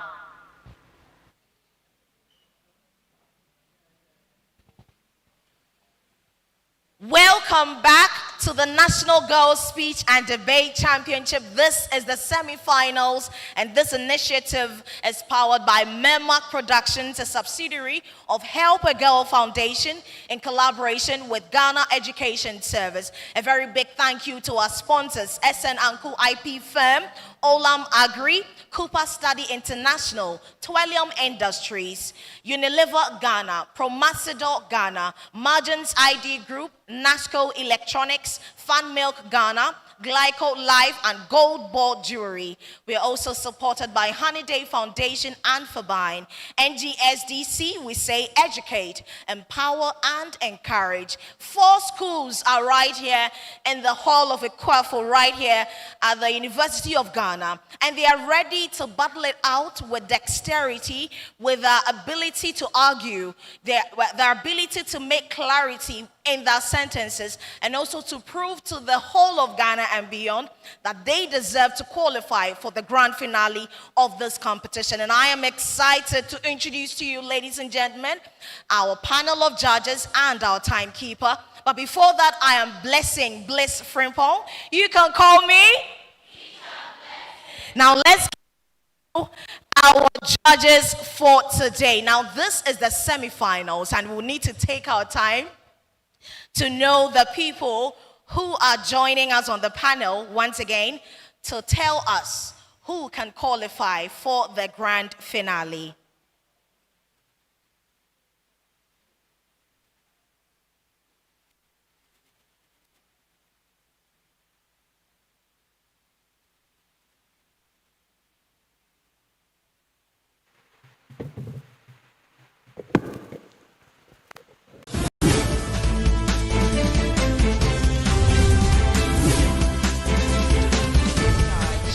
Ladies first, they say. She is a lecturer at the University of Media, Arts and Communication, UNIMAC.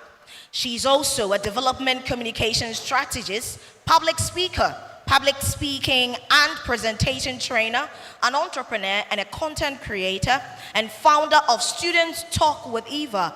She's currently a PhD candidate, and she holds an MPhil in Communications and Media Studies, an MA in Development Communication, and a BA in Communication Studies. She is passionate about helping students succeed and develop, and as a result, she runs a student advocacy platform called Students Talk with Eva on social media, where she creates educational content to guide students through their academic journeys. She also owns a student mentorship network where she mentors students in Ghana and abroad. Ladies and gentlemen, our first judge, Miss Eva Kupolo.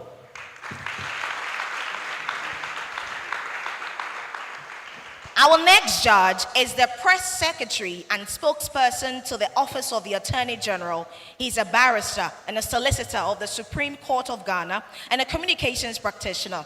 Prior to becoming a lawyer, he has been a communications professional for close to a decade with a particular forte in strategy development, media relations, corporate editorial services, and brands management. He holds an LLB from the University of Ghana, where as a law student he was a moot court and legal writing enthusiast and won the law school's moot court competition within 2022, emerging with the Best Oralist and Best Memorial Awards. Later that year, he won the maiden edition of the Federation of African Law Students, FALAS, moot court competition in Johannesburg, South Africa. He loves debate, public speaking, and teaching and advocacy. Our second judge, ladies and gentlemen, lawyer Benjamin Alpha Adu. And finally, our professor. He has been a faculty member in UNIMAC GIJ since 2007, teaching language-related courses. Before then, he was an English language lecturer at UNIMAC GIL. Professor is the Director of Academic Planning and Quality Assurance of UNIMAC. He holds a PhD in Media and Communications from the University of Leeds, UK, an MPhil in English from the University of Ghana, Legon, BA in English and a Diploma in Education, both from the University of Cape Coast. He also holds a Diploma in Social Media and Journalism, awarded by MKFC Stockholm College, Helsinki in 2009. He also facilitates speech presentation in workshops and short courses organized by various organizations. Most of these activities involve judging speech delivery performances from various people for various purposes. Professor Fosu comes with a wealth of management and administrative experience. He is Professor Modestus Fosu.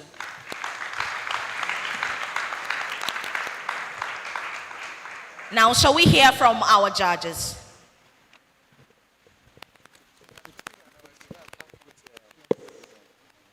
Thank you very much, Teacher Blessing. We are here again for the semis of our competition. As we all know, today we are zooming straight into the debate contest. And so as judges, our task is simple.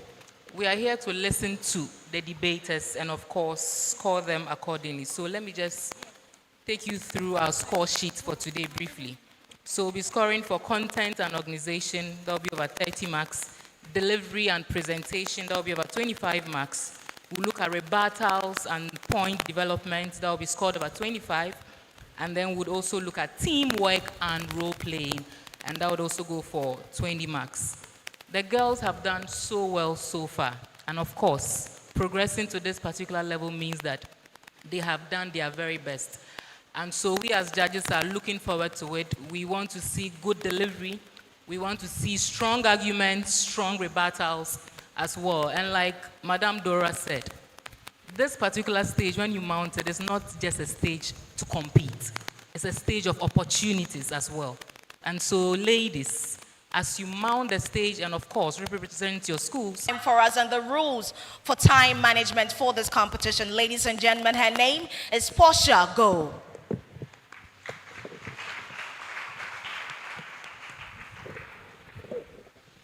Good morning once again. So for today's debate, each school has 10 minutes. The first speaker has 7 minutes. The second speaker has 3 minutes, and then the third speaker has 2 minutes. For the first speaker, before you start, I'll let you. When you are 5 minutes into your debate and you have 2 minutes remaining, I'll let you again. And then when your time is up, I'll long press to let you know that your time is up.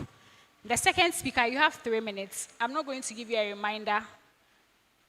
I'll press the bell when your time starts, and then I'll press the bell when your 3 minutes ends. Same for the third speaker as well. So I wish all competing schools the very best. All right, our judges are ready. The timekeeper is ready to keep the time for us. And I know our speakers are ready. This is the National Girls Speech and Debate Championship semi-finals. And let's have the first two schools who will be arguing on the topic for the day. Ladies and gentlemen, help me welcome the speakers representing St. Louis Senior High School.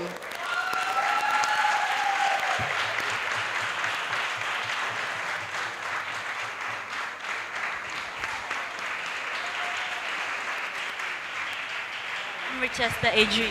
I'm Selina Domanam in Membo. I'm Jessica Ahen. And we have a chance to prove that preparation beats pressure. Hello, everyone. My name is Nana Ikia Afakuma Oz. I am Dia Ajaman Lois. My name is Christina Ananedankwa Senior. I am Ilia Kabir.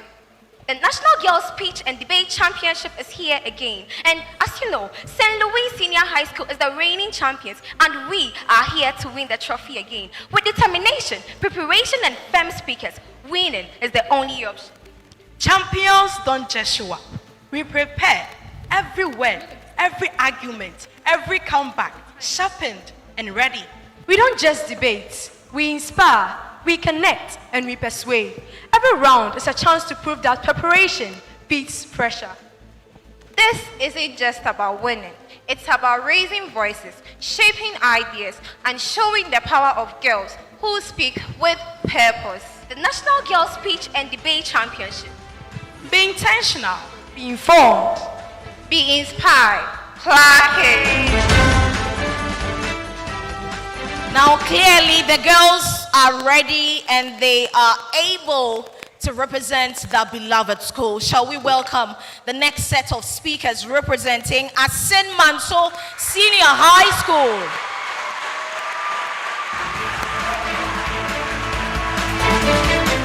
Hello, everyone. I respond to the name Odun Precious.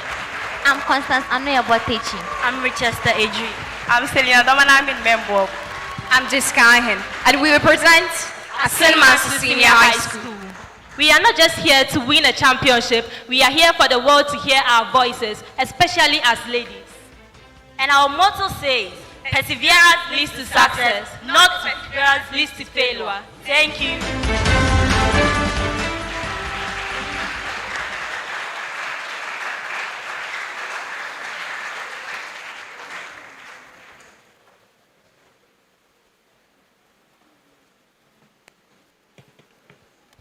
Now, kindly be reminded of the times allotted for all speakers. The first speaker, you have 7 minutes for delivery. Second speaker has 5 minutes for delivery. And the third speaker, or the summarizer, has 3 minutes for delivery. Now, the speakers are seated and they are ready to debate on the motion. Now, what is the motion on the floor? The motion is influencer culture among Ghanaian youth prioritizes visibility over substance and value creation. Once again, influencer culture among Ghanaian youth prioritizes visibility over substance and value creation. Shall we invite the first speaker, ladies and gentlemen? A round of applause for her.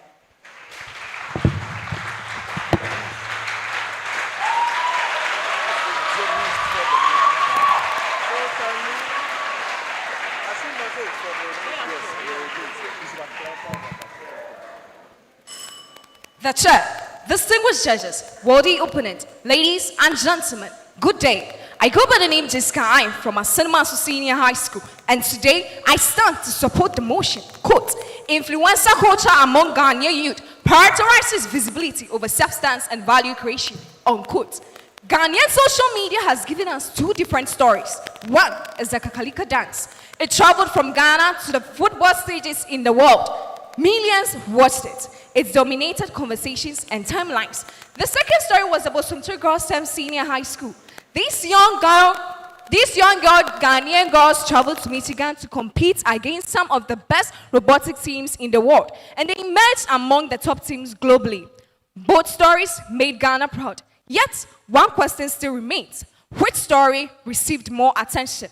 This question captures the entire debate before this house. One question captures attention and the other created impact. And when young people repeatedly observe this pattern, they begin to learn what society rewards. Before I proceed, let me establish the battlefield. This debate is not about whether influencers are good or bad. Neither is it about whether visibility is important. Visibility is important. Without visibility, talent may remain hidden and innovation may go unnoticed. According to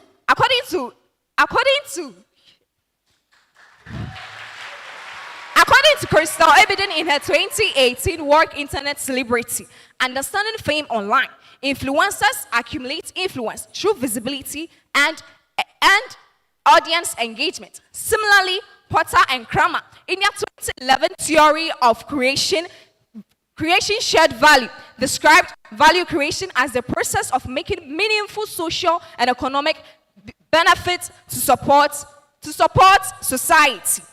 The chair, allow me to present this.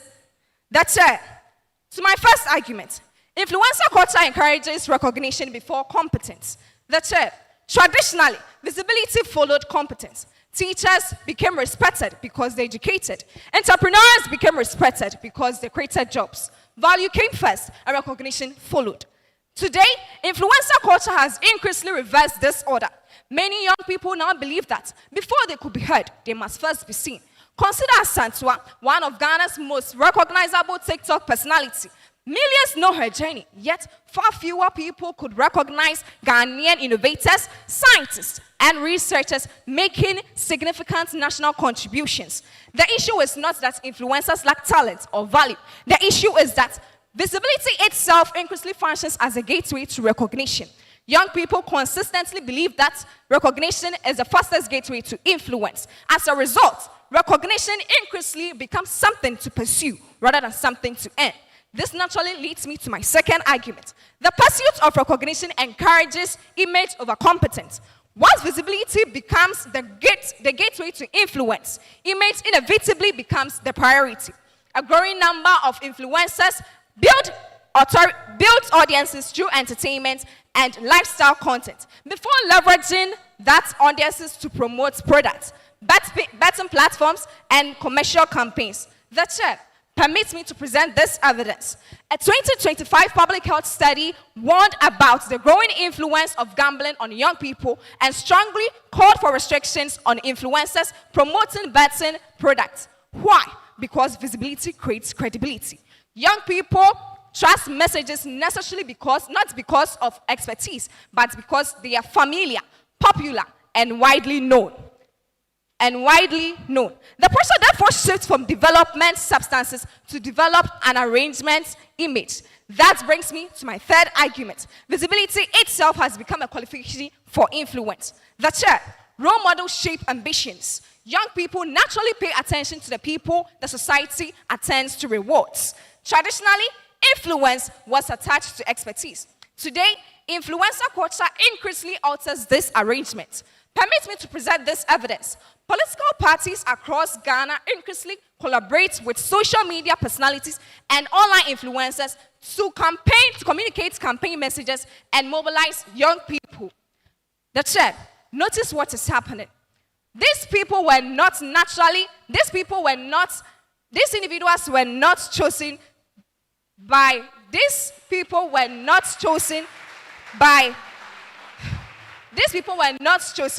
what they have, but they were chosen because of something they possess: visibility. People follow them, people recognize them. Political parties did not suddenly run out of experts. Instead, they noticed that visibility has become the powerful currency through which recognition is distributed to influencer culture.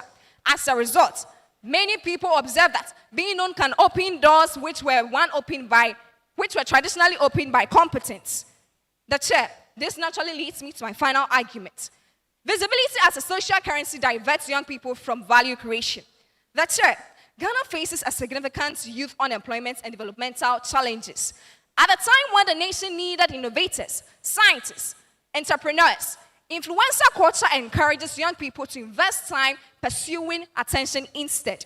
Every year, the National Girls Speech debate competition showcases brilliant young women demonstrating research, critical thinking, leadership, and public speaking.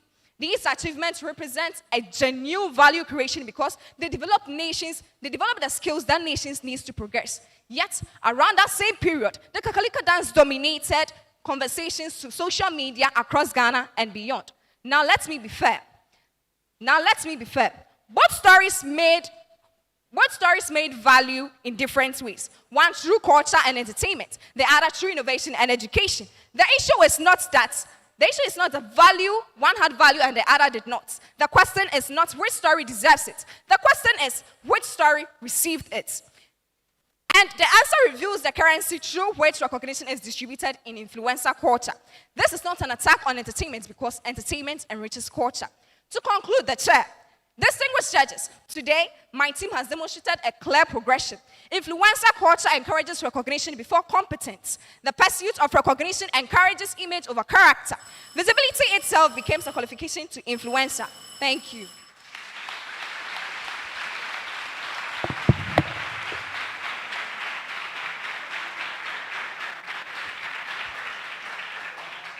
Now, shall we hear from the first speaker representing St. Louis Senior High School?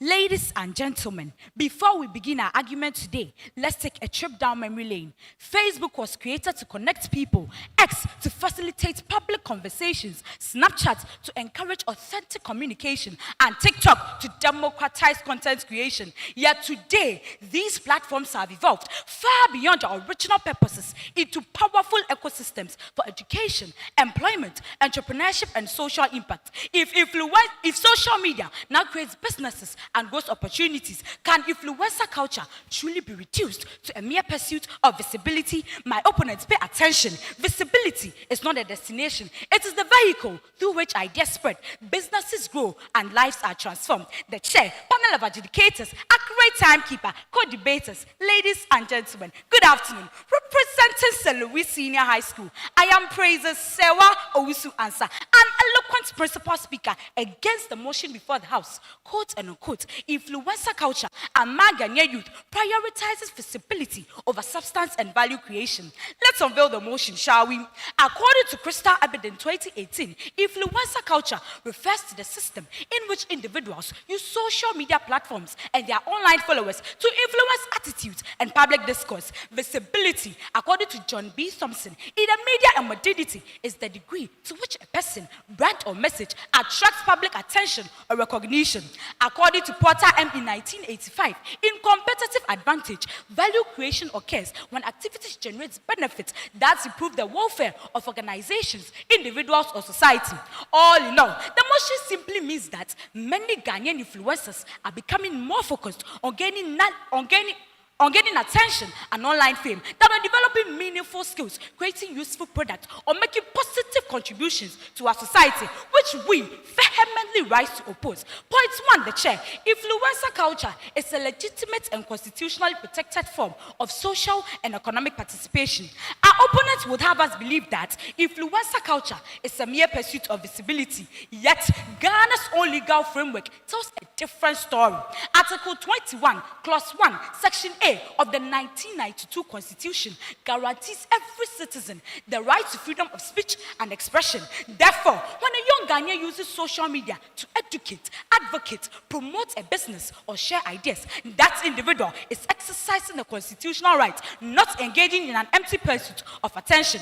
The Cybersecurity Act 2020 also recognizes that online platforms have social and economic consequences, thereby imposing responsibilities on content creators because their contents influence public opinion and consumer behavior. Lawyer Benjamin, the state does not regulate activities it considers socially insignificant. It rather regulates activities that have meaningful impact on our society. So my opponent, if influencer culture were truly devoid of substance, why would the Constitution protect it and the law regulate it? Point 2, the chair. Influencer culture educates and develops human capital.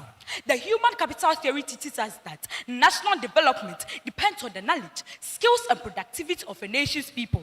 Many Ghanaian influencers are not selling vanity. They are sharing valuable knowledge and opportunities. Consider Yeboah Ajekum Francis, who educates thousands of people on health, healthy living, and disease prevention. His impact has been so significant that the President for Drug and Health Assurance and Minister for Health petitioned to the President of Ghana to appoint him as a national ambassador for primary health care. Also support his further studies in public health. Similarly, a first-class university graduate, after submitting hundreds of job applications without success, turned to our very own Miss Eva on her official TikTok page, Student Talk with Eva platform, for help because the original employment system had failed to connect her with opportunities. The chair permits me to ask my opponent this question. When a Ghanaian turns to an influencer's platform for help, is that cloud chasing or is that nation building? Point 3, the share. Influencer culture creates substantial economic value and employment.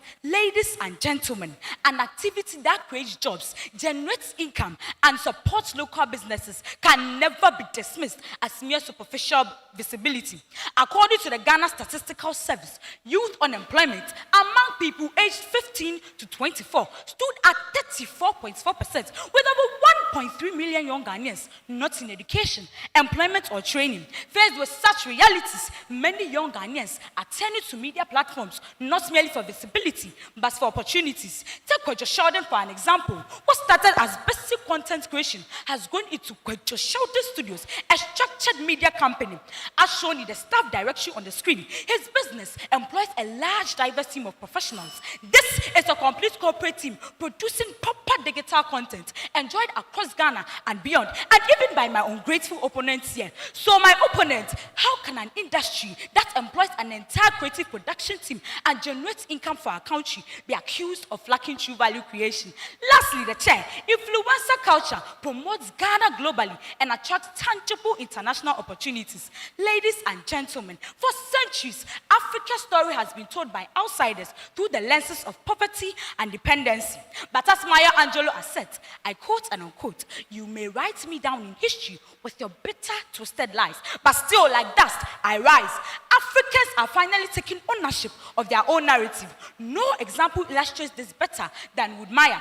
Through millions of youth, he showcases Ghanaian entrepreneurship, innovation, and investment, while he has been given a diplomatic passport by the Ghana Foreign Affairs Minister.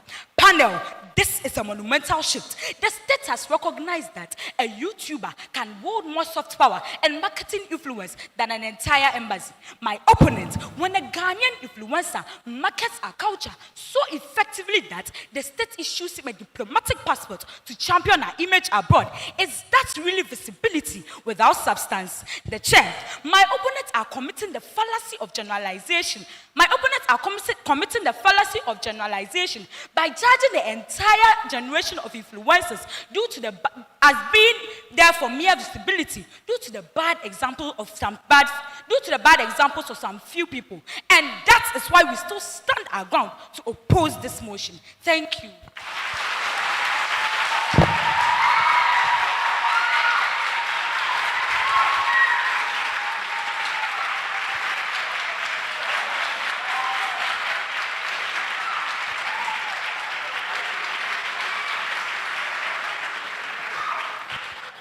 And now we listen to the second speaker representing Asin Mansour Senior High.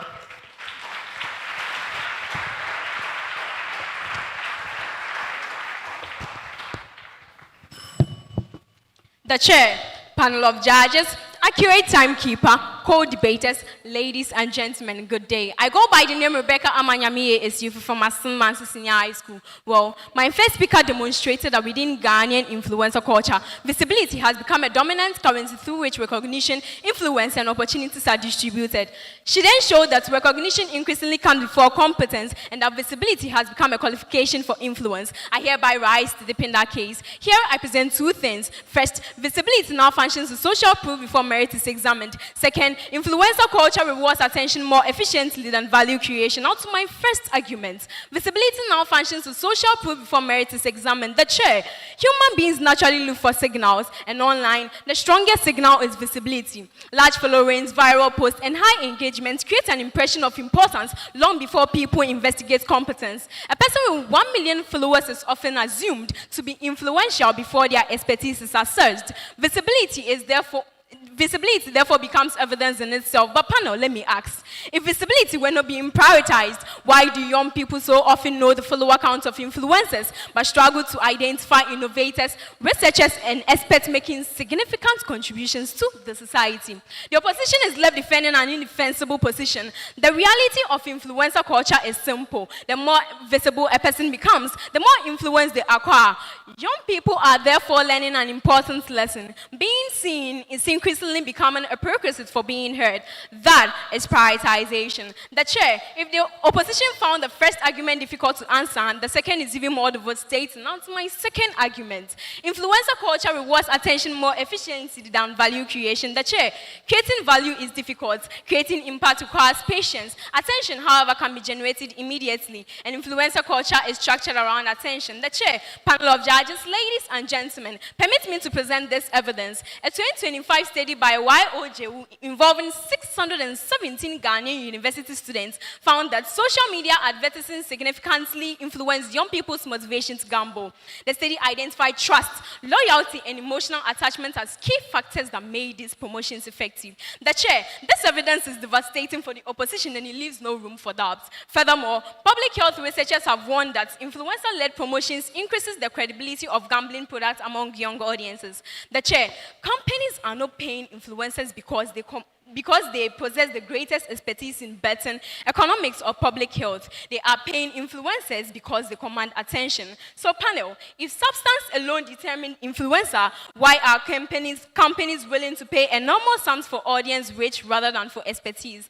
This attention has become a commodity. Followers become customers, views become profits, whilst engagement becomes influence. The result is simple. The system rewards those who attract attention faster than those who create the greatest value. When attention receives rewards before expertise is demonstrated, visibility is being prioritized, and when visibility is rewarded first, substance inevitably becomes secondary. To conclude, the chair, panel of judges, ladies and gentlemen, my first speaker showed what influencer culture rewards, and I have shown why it rewards it. Visibility now functions as social proof before merit is examined, and attention is rewarded more efficiently than value creation. Our case is not that competence does not matter. Our case is not that influencers create no value. Our case is that within Ghanaian influencer culture, visibility increasingly determines who gets noticed, trusted, and rewarded first. The opposition showed you examples where substance is rewarded. We agree that such examples exist, but the existence of exceptions does not change the trend. The question before this House is simple. What gets rewarded first? Increasingly, it is visibility. The chair, panel of judges, permit me to rebut some points made by the principal speaker of the opposition bench. Okay, so there is a phrase that without visibility, competence may go unnoticed, but without competence, visibility can still exist. Consider dancers such as Dance God Lloyd, Afronita, Endurance Grant, and Abigail Ejiri. These individuals are talented, but companies did not discover them in private rehearsal rooms. I don't understand why the opposition are making such unserious, The chair, we never argue that talent does not exist. We are arguing that opportunities are distributed after visibility is achieved. There are thousands of talented dancers in Ghana. Why are these few selected as ambassadors? Because they are visible. Visibility is the gateway through which opportunities are distributed. Competence often requires visibility to be noticed, but visibility does not require. Thank you.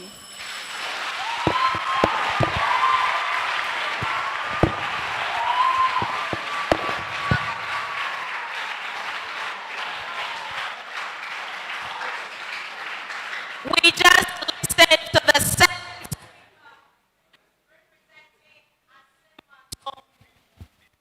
senior high. Now, shall we listen to the second speaker representing St. Louis Senior High?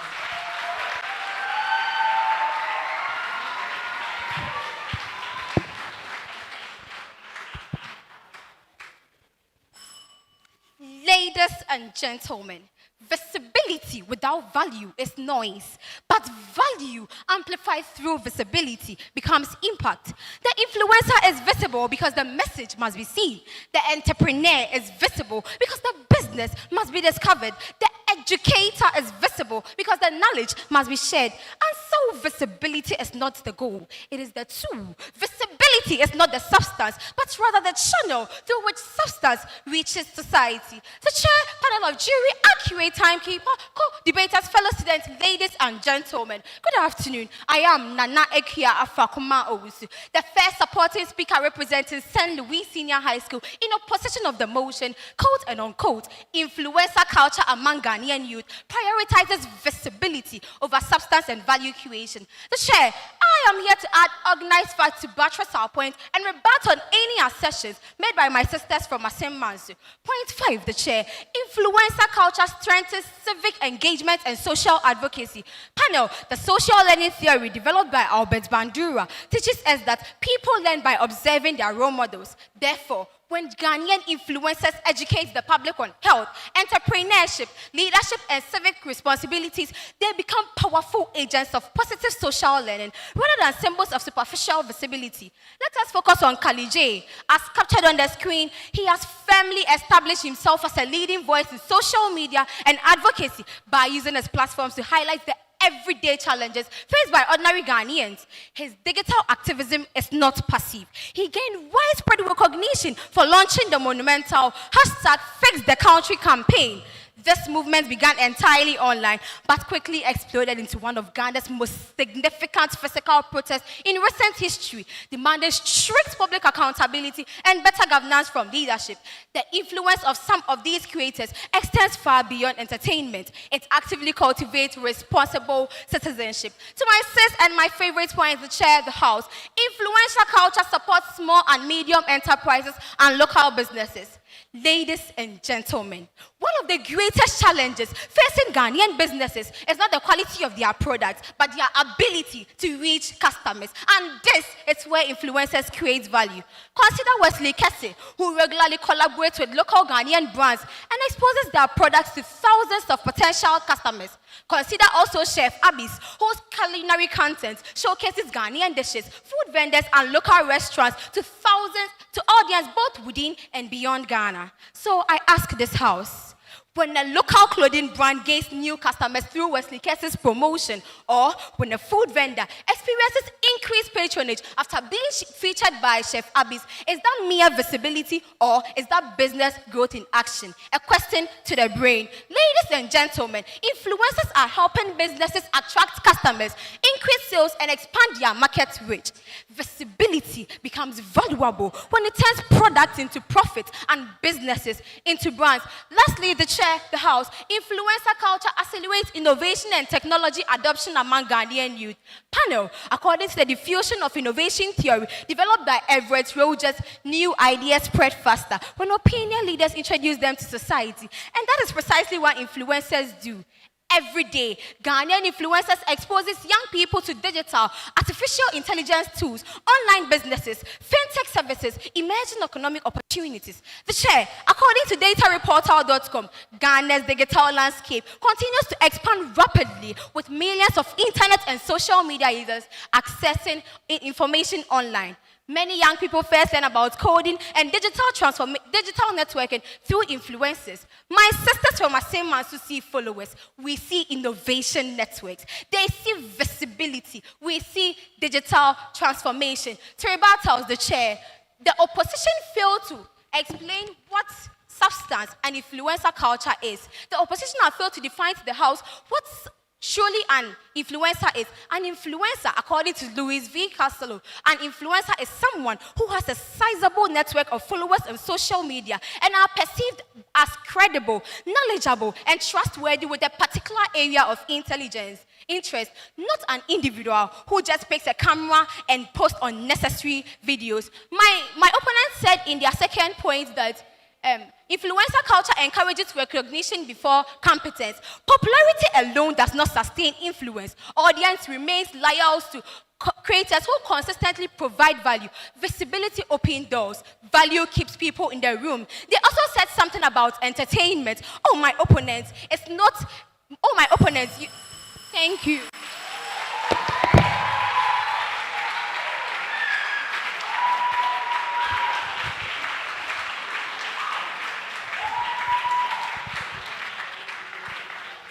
And now the summary of the argument from Asen Manso Senior High.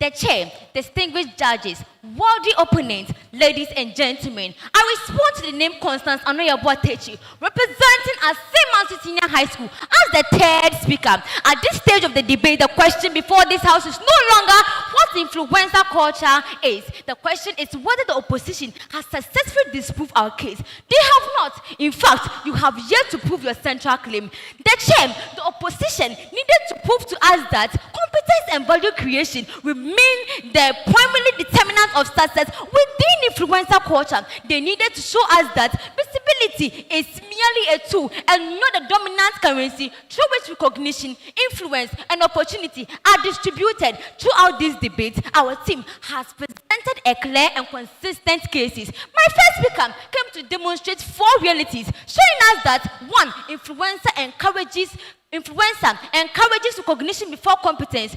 2. The pursuit of recognition encourages image over character. 3. Image elevates the most visible people into the most admirable role models. 4. Visibility as a social currency diverts young people from value creation. My second speaker then came to deepen that analysis by showing us that visibility now functions as a social proof before merit is examined. She demonstrated that influencer culture rewards attention more efficiently than its reward value creation. Together, these 6 arguments prove one central truth. That is the debate, that is the clash, and that is what the opposition failed to disprove. The chair, the opposition may have shown that competence matters. They may have shown that some influencers create value. We agree, but that was never the motion. The motion asks what influencer culture prioritizes. Visibility attracts attention first. Visibility attracts influencers first. Visibility attracts opportunities first. That is prioritization. 2 Ghanaian stories, one of a dance, one of innovation, both deserve recognition, yet one receives significantly more visibility and engagement. That difference reveals the values being rewarded within influencer culture. The problem is not influence. The problem is what ends influence. The problem is not visibility. The problem is when visibility becomes a substitute for substance. For proving that influencer culture among Ghanaian youth prioritizes visibility over substance and value creation, this motion stands. Mr. Chairman, permit me to rebut the second speaker of the opposition. The opposition argument is like Wi-Fi in the middle of an ocean, totally disconnected. The opposition says competence brings longevity and visibility brings entry, but entry comes first. Young people get fame before they earn it. By the time they might learn skills, their values are already shaped by likes and views. Thank you.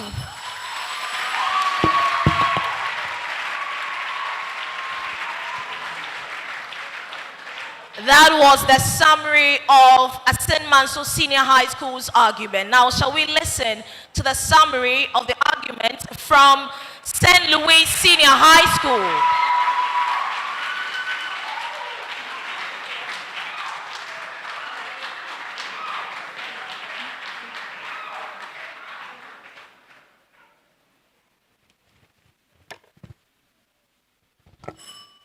In Matthew chapter 5, verse 14 to 16, Jesus Christ declares, and I quote, "You are the light of the world. A city set on the hill cannot be hidden. Neither do people light lamps and put it under a bowl.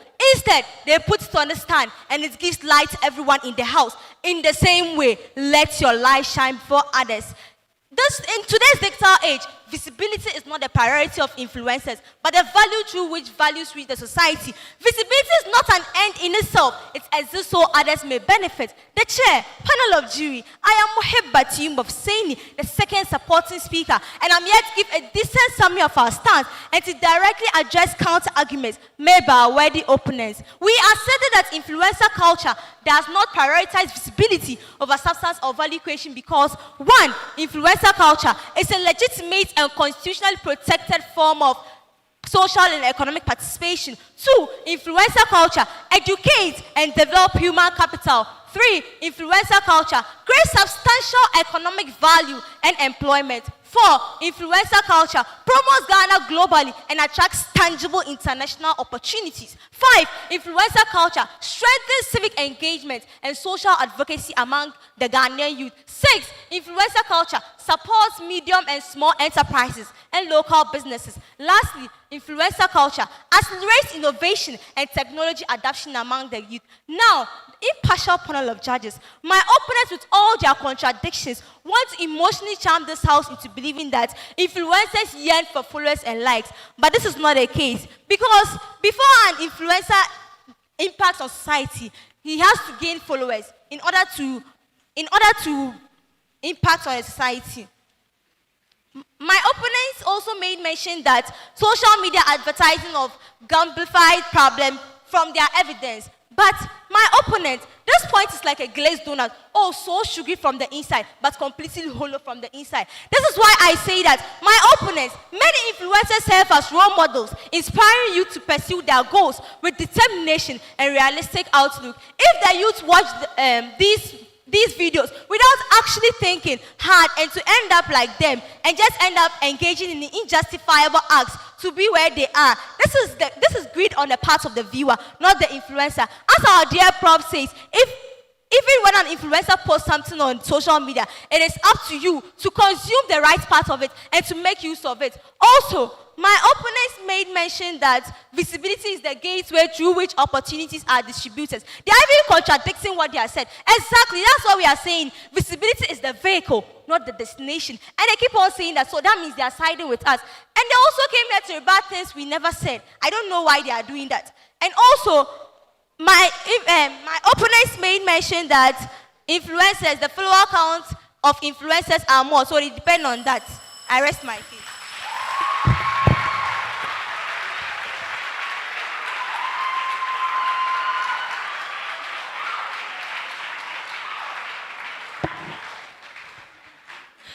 A keenly contested debate between Asin Manso Senior High School and St. Louis Senior High School. This is the debate on the topic, influencer culture among Ghanaian youth prioritizes visibility over substance and value creation. Ladies and gentlemen, shall we put our hands together for our speakers for ably representing the senior high schools right here at the National Girls Speech and Debate Championship. You can please resume your seats. Let's put our hands together for them as they return to their seats.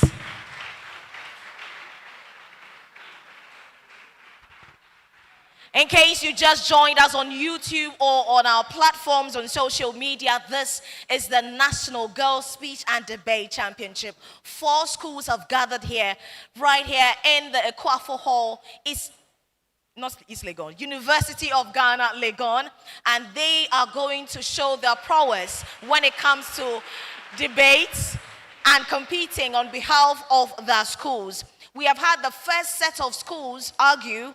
These are St. Louis Senior High School and Asin Manso Senior High School. Now we have our last set for the day. 2 schools will be selected to represent their schools for the grand finale of this competition. Ladies and gentlemen, without further ado, help me bring on stage the speakers representing Gomoa Senior High School. Matilda. I'm Lindy Frimpong. I'm Nana Fienya. And I am Angela Efri. Representing Gomoa Senior High Technical School. In 2024, we won this prestigious competition. And this year, we want to send a clear message to the other 3 schools. We come with fire to reclaim the trophy. Watch out as our contestants step forward to deliver impeccably and courageously. GSHTS debate team, we serve a tremendous God. Thank you.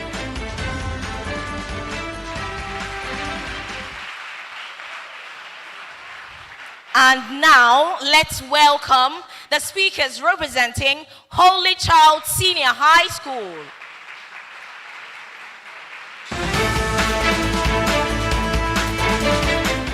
My name is Emanuela Atpalu. I'm Darlene Eduniakun. My name is Karen Martinson. I'm Yainso Pokuboedu. And we are proud students of Holy Child School. We believe we are going to win because We are courageous. We are hardworking. and we are determined. We are not here to talk much. As our motto suggests, factor, Non-verbal, actions, not words. We will see you soon, and we are bringing the heat. What about you?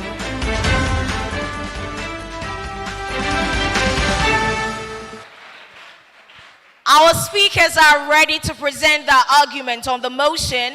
Youth empowerment initiatives in Ghana are largely symbolic rather than impactful. Once again, the motion is youth empowerment initiatives in Ghana are largely symbolic rather than impactful. Speaking in favor of the motion, Holy Child Senior High School. Against the motion, Gomoa Senior High School. Ladies and gentlemen, shall we welcome the first speaker representing Holy Child Senior High School.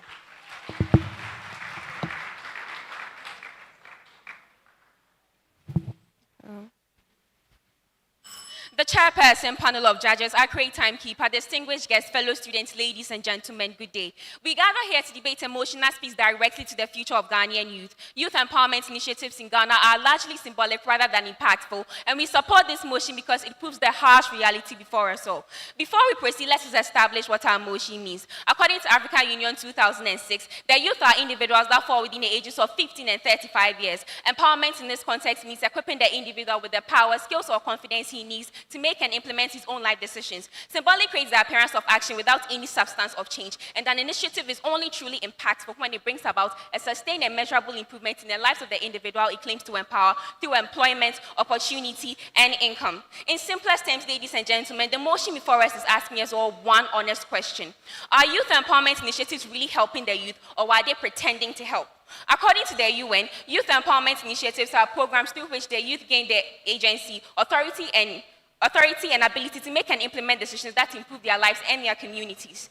As a final year student ready to step into the world for what it truly is, this motion is not abstract to me. When I see my fellow youth, I do not see people who are succeeding, I see people who are scared. Why?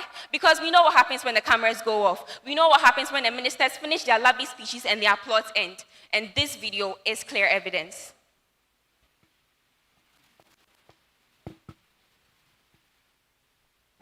The government promised us permanent job. Now he's saying he can't go ahead with the permanency, but rather he's going to resource us to establish our own businesses as entrepreneurs. Now, the analysis here is that just 700 allowance, you have not been able to settle it out. You have accumulated it to 10 months. Now, if you can't pay that 700, how can we believe you that you can pay the 50,000 and the 100,000 you are promising us for the youth tax? It is total scam. Honorable judges, there we have it. This video represents the youth judgment of the same empowerment initiative that is claiming to help them. It proves the motion before us says that it is not mainly built for impact, but it is only representing a symbolic thing. And therefore, ladies and gentlemen, we as proposers of this motion concede that while these youth empowerment initiatives exist, they bring about a very limited real improvement in the lives of the youth. We argue that first, youth empowerment initiatives in Ghana are largely symbolic rather than impactful because high unemployment persists despite numerous initiatives. Esteemed audience, let us measure youth empowerment initiatives by their own standard. Let us ask ourselves, what is the aim of every youth empowerment initiative? It is to reduce unemployment. That is not our opinion, that is government and private agencies' own stated objective. So if we measure them by their own standard, they have failed spectacularly. Government and private agencies have launched several youth empowerment initiatives, from Young Africa Works to Youth Start to Ejumera to JIDA to Youth in Agriculture to National Youth Apprenticeship Program and several others. And yet, the Ghana Statistical Service and World Bank in August 2025 published that 7 out of 10 unemployed Ghanaians fall within the ages of 15 and 35 years. That is their youth. Not 7 out of 100, not 7 out of 1,000, 7 out of every 10. Their report furthermore proves that 1.3 million Ghanaian youth are not enrolled in education, training, or employment. The presence of such mass unemployment proves one thing, that these youth empowerment initiatives were not built to impact the youth, but only for a public show. So when the opposition climbs to the stage and paints an illusion of job creation, demand that they answer this plainly. If these youth empowerment initiatives were truly large and impactful, how come 7 out of 10 unemployed Ghanaians are the youth? We are all expecting your answer. We further argue that youth empowerment initiatives in Ghana are largely symbolic rather than impactful because they create the appearance of inclusion without any real decision-making power. Honorable judges, there is a critical difference between being merely part of a system and having power within it. True empowerment means ownership. It means that you get to decide how these initiatives affect them. However, this is the scenario. The youth are seated at the dinner table and the authorities owning these youth empowerment initiatives feed them through their initiatives. All decisions made on funding training are made by the authorities. The youth never get to make any decision or take charge of their own lives. And this is not empowering them, this is displaying them for the masses. Third, youth empowerment initiatives in Ghana are largely symbolic rather than impactful because they are launched with grand promises without any real sustainability. Let us again measure these youth initiatives by their own standard. Let us take NAPCO, for example. Praise that launched to be the final solution of youth unemployment, backed by 3 billion Ghana cedis of public money, 100,000 enrollments. However, only 34% of them were able to transfer into permanent jobs. The chairperson, that is as little as 34%. The remaining 66% were left in the ditch to suffer with over 10 months of arrears. The opposition may call these minor economic inconveniences, but an empowerment initiative that never cushioned itself to tackle such initiatives was never built to impact the youth in the first place. It is only a public relations exercise. Fourth, youth empowerment initiatives in Ghana are largely symbolic rather than impactful because every successive government brings a new initiative. Permit me to take you down the trail here. Under His Excellency John Mahama's government in 2016, LESDEP was the answer. When the government changed in 2017, they launched NAPCO and it was praised. By 2022, NAPCO was secretly buried and USTAR was launched. This has been a cycle and the cycle keeps repeating itself. Honorable judges, I am basically implying that if these initiatives were truly largely impactful, why does every incoming government see the need to replace the old one with a new one? The replacement here is not an evolution, it is a confession. A confession that the old one didn't work, hence a new one must be launched, and it is also likely to fail. And this is not empowering or impacting the youth, it is an insult. Fifth, youth empowerment initiatives in Ghana are driven by corruption, favoritism, and political patronage.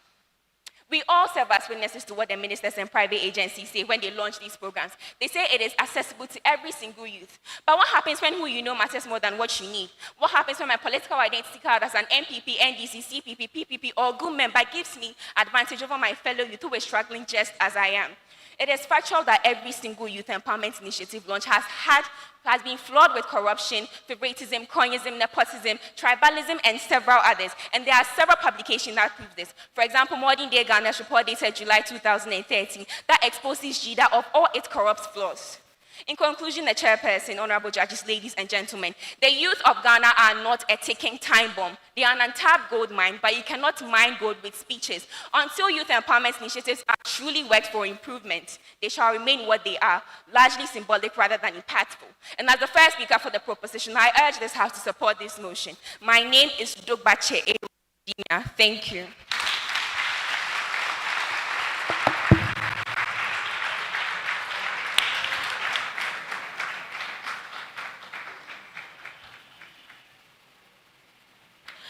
And now, the first speaker representing Gomo Senior Technical School.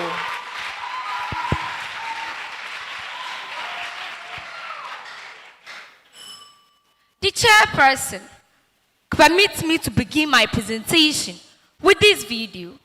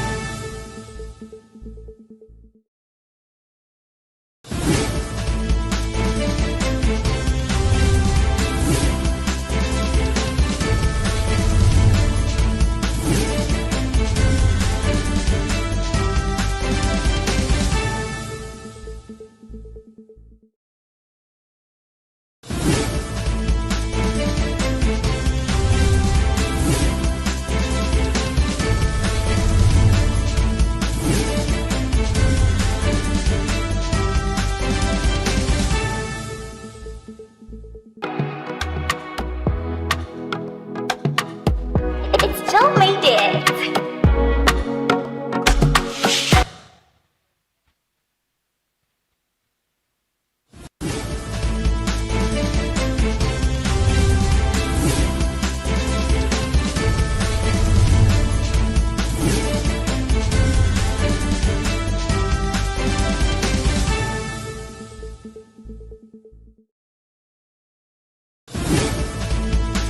The mic is on, the stage is set, and Ghana's most powerful young voices are ready. Welcome to the 2026 National Girls Speech and Debate Championship. This year, we rise intentional, informed, inspired. From across Ghana, brilliant young girls step forward to speak and to lead conversations that shape the future.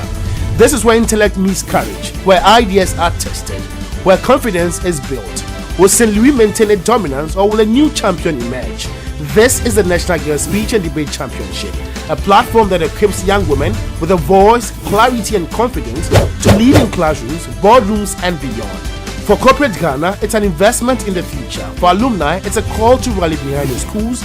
For every young girl watching, this is your moment. Starting on the 16th of May 2026 at 9 a.m. prompt. Watch everything live on all our social media platforms at GSD Ghana. National Girls Speech and Debate Championship. Educate, empower, encourage.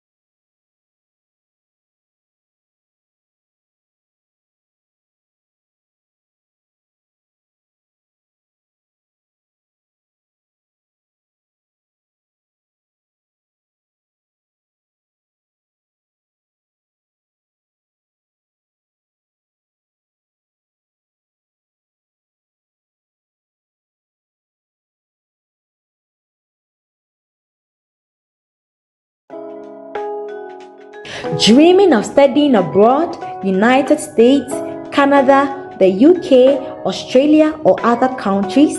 Cooper Study International makes that dream a reality.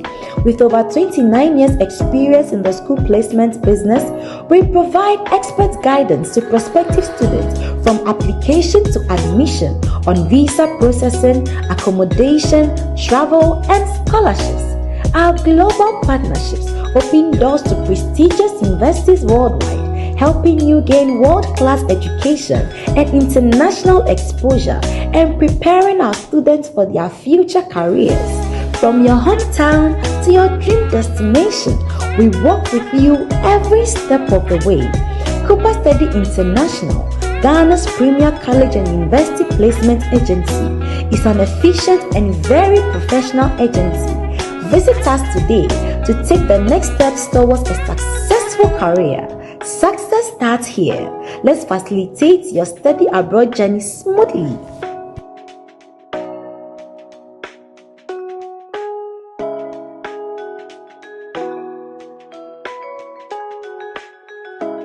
The 2026 National Girls Speech and Debate Championship is brought to you by Mermark Productions, a subsidiary of Help a Girl Foundation in collaboration with Ghana Education Service, sponsored by SN Anku IP Firm, Olam Agri, Cooper Study International, Twillium Industries, Gold Board Jewelry, Unilever Ghana, from Macedon Ghana, Margins ID Group, Nasco Electronics, Funmill Ghana, and Glyco Life, also supported by Honey Day Foundation and Fabine. NGSDC, educate, empower, encourage.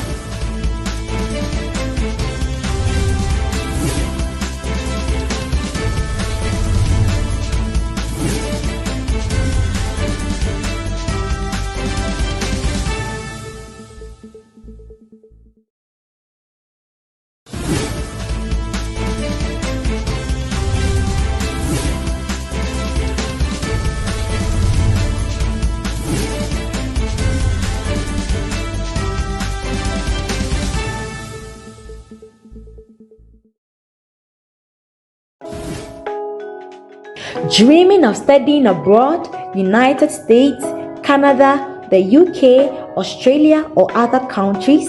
Cooper Study International makes that dream a reality.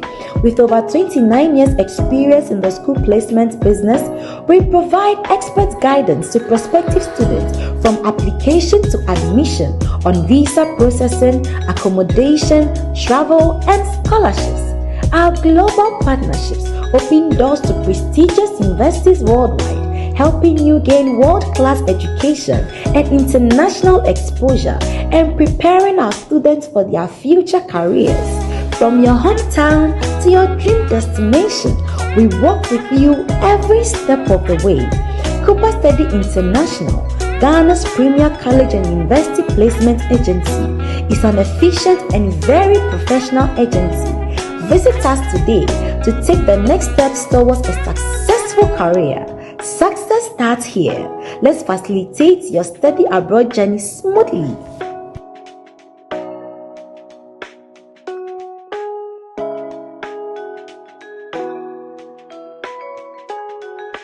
The mic is on, the stage is set, and Ghana's most powerful young voices are ready. Welcome to the 2026 National Girls Speech and Debate Championship. This year, we rise intentional, informed, inspired. From across Ghana, brilliant young girls step forward to speak and to lead conversations that shape the future. This is where intellect meets courage, where ideas are tested, where confidence is built. With St. Louis. I crave your indulgence to begin my presentation with this video. 12,000 youth to be recruited into Ghana Police Service under new government initiative. The Ministry of Interior, in collaboration with the Youth Employment Agency under the Ministry of Youth Development and Empowerment, has officially launched a major recruitment drive aimed at enlisting 12,000 young Ghanaians into the Ghana Police Service. This two-year initiative seeks to empower the youth with structured employment while strengthening the country's security presence. Ladies and gentlemen, this is what our opponents call symbolic, but we call it progressive, commendable, and impactful. The chairperson, esteemed judges, all protocols observed. My name is Daniela Owusuwa Aquino, Principal Speaker of Gomwa Senior High Technical School debate team, speaking vehemently against the motion that, quotes, youth empowerment initiatives in Ghana are largely symbolic rather than impactful, unquote. After my delivery comes my supporting speaker, then the last speaker to close our argument against the motion. As and when needed, exhibits and evidence shall be tendered in to buttress our arguments. The chair, I crave your indulgence to explain the key terms in the motion. The National Youth Authority explains youth empowerment initiatives as programs and policies by governments and partners that give young Ghanaians skills, capital, mentorship, and decision-making space to control their future. Largely symbolic in the context of these debates means existing only for show, appearance, or to tick the box without real change. Ladies and gentlemen, at its core, the motion means that Ghana's youth empowerment programs are just for optics. In short, all show, no real change. This, my team and I vehemently opposed. Based on advanced undisputed arguments, we are going to expound. Now, to my first argument, constitutional and legislative affirmation. Ladies and gentlemen, our respected opponents call Ghana's Youth Empowerment Initiative as symbolic, but our own trusted constitution and laws demand impact. Article 38, Clause 1 of the 1992 Constitution obliges the state to assure the overall development and welfare of the Ghanaian people and to provide adequate facilities for training and retraining. I plead to tender in an evidence. The chair, the strongest legal foundation for opposing this motion is found in Article 25, which guarantees the right to education and serve as the foundation for youth empowerment.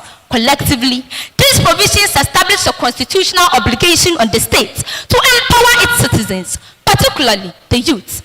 The establishment of the Youth Employment Agency under the Youth Employment Agency Act 2015 at 887 ensured that in August 2025, government allocated 110 million Ghana cedis for the famous Edumara program and a further 300 million Ghana cedis for the National Apprenticeship Program. I tender in an evidence. The Edumara program, for instance, targets at establishing 40,000 businesses in 4 years. This is not paper law. This is law. Turned to action. What was once criticized as policy on paper is now 150,000 youth registered for apprenticeship, 120,000 applications for Edumara in week 1, and 10,000 youth enrolled in Kumasi in 3 days. As former president Nana Dankwa Akufo-Addo once said, we are not just passing laws, we are building human capital to enforce them. Now, to our second argument, new education reforms turning Ghanaian youth into global problem solvers.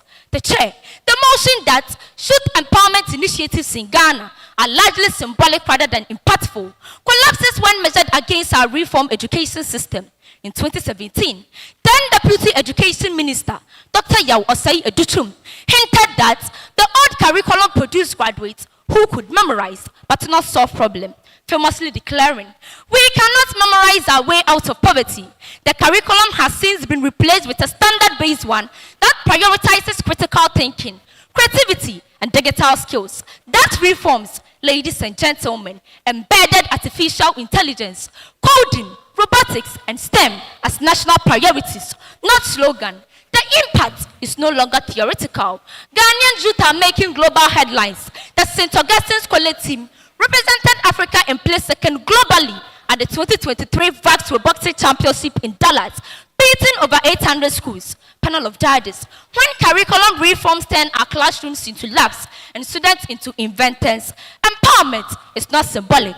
It is measurable, global, and transformative. Now, to our third argument, human capital development. The chair, to call youth empowerment in Ghana largely symbolic is to ignore the most powerful lever of change, which is removing barriers to human capital formation. The most impactful form of empowerment is not a workshop or a handout, but the free SHS and TVET initiatives that tore down the cost wall, blocking millions from secondary education, as reported by the Ghana Education Service in 2023. The free SHS has increased secondary school enrollment by over 50% since 2017, equipping more than 1.2 million youth with 3 years of free education and TVET access. Panel of judges, applying Becker's human capital theory, 1965, quotes and unquotes. Education and investment are the most important investment to human capital. Ladies and gentlemen, this policy is not simple, it is structural. Now, to our fourth argument, employment initiatives, the case of the Youth Employment Agency. The chair, Ghana Web reported in 2016 that the national unemployment rate stood at 33%. I tender in an evidence. Ladies and gentlemen, after the establishment of the Youth Employment Agency as a flagship job creation initiative, the YEA has created over 350,000 direct and indirect jobs for youth between 2017 and 2023 through various models. Panel of judges, when an agency moves tens of thousands from association registers to payrolls, that is not symbolic, that is measurable employment impact. The chair, the House, considering the validity and soundness of these arguments, we have you on our side. Thank you.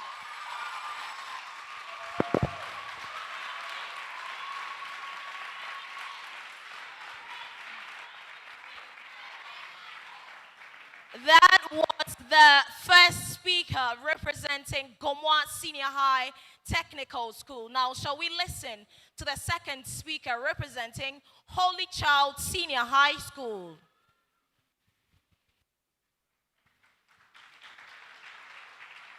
Not just technical abilities, they are economic passports, pathways to decent jobs, entrepreneurship, and long-term social economic inclusion. Thank you, first speaker, for laying the foundation of our case. Mr. Chairman, panel of judges, accurate timekeeper, fellow debaters, ladies and gentlemen, my name is Darlene Aduniako, and I am the second speaker for the proposition. It's my duty to build upon the walls of our foundation by proving further that youth empowerment initiatives in Ghana are largely symbolic rather than impactful. But before I get to the motion on hand, before I get to the matter on ground, Mr. Chairman, permit me to clear some of the things my opposition mentioned. The opposition backed their stance with the police service 2-year initiative that is giving jobs to 12,000 people. You gave only one figure, 12,000 out of more than 1.3 million youth. We don't deny that there has been some impact, but 12,000 out of 1.3 million, that's largely symbolic.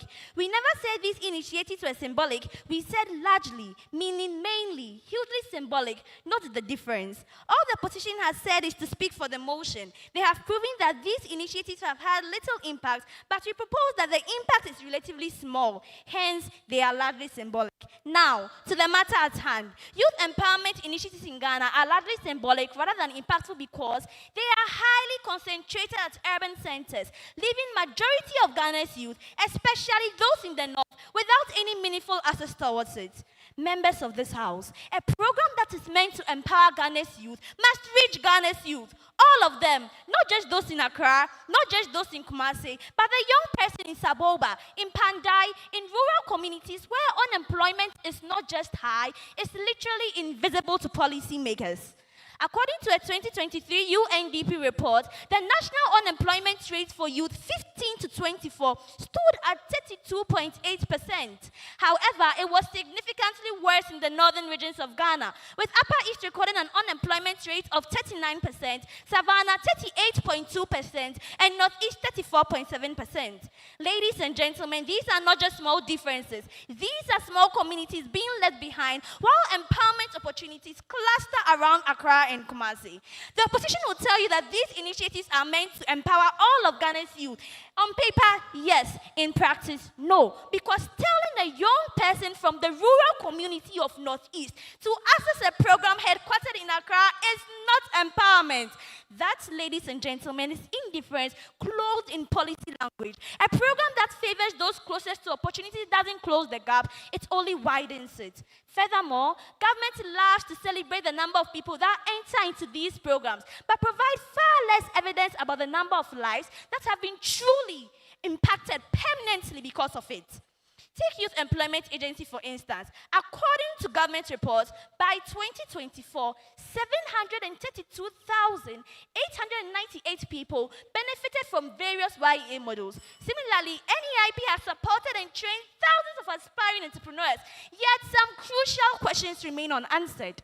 What happened to those beneficiaries after the applause ended? How many were able to build for themselves sustainable businesses? How many were able to achieve long-term economic independence? How many no longer ran to government for support? Government loves to publish figures, enrollment figures, training figures, graduating figures, but provide far less evidence about lasting outcomes. And this, esteemed judges, is where symbolism disguises itself as impact. The opposition is counting heads. We are counting life chains. Numbers may fill a report, but it is results that fill empty stomach. Now, to the final truth of the matter. Youth empowerment initiatives in Ghana are largely symbolic rather than impactful because there is inconsistent monitoring and evaluation. Unfortunately, this point doesn't only go for the public sector, but the private sector as well. Government and corporate boards announce multi-million CD funds, distribute startup kits, micro grants, and disappear as quickly as they came. They invest millions of cedis into these initiatives, but they never stay long enough to know what happens after the curtains have been drawn. Listen to this. According to Ghana Youth Business Performance and Stability Index report, more than 50% of youth-owned businesses in Ghana are on the verge of collapsing. Business experts also state that 74% of small-scale businesses in Ghana collapse within their first 5 years of startup. There has been a total collapse in evaluation, in actual evaluation of poverty reduction, in monitoring. And do you want to know why? It's because these institutions know very well that these programs are not enough to empower the youth. They know that it requires constant funding, it requires monitoring, it requires evaluation. Giving a young person who is desperate capital without guidance is a setup for disaster. It's like giving a poor person a car when you know very well he can't afford the price of fuel. And this is why I urge all of you to support the motion. Thank you.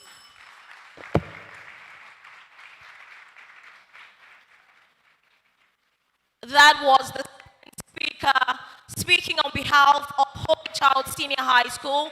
Now, shall we listen to the second speaker representing Gomwa Senior High Technical School?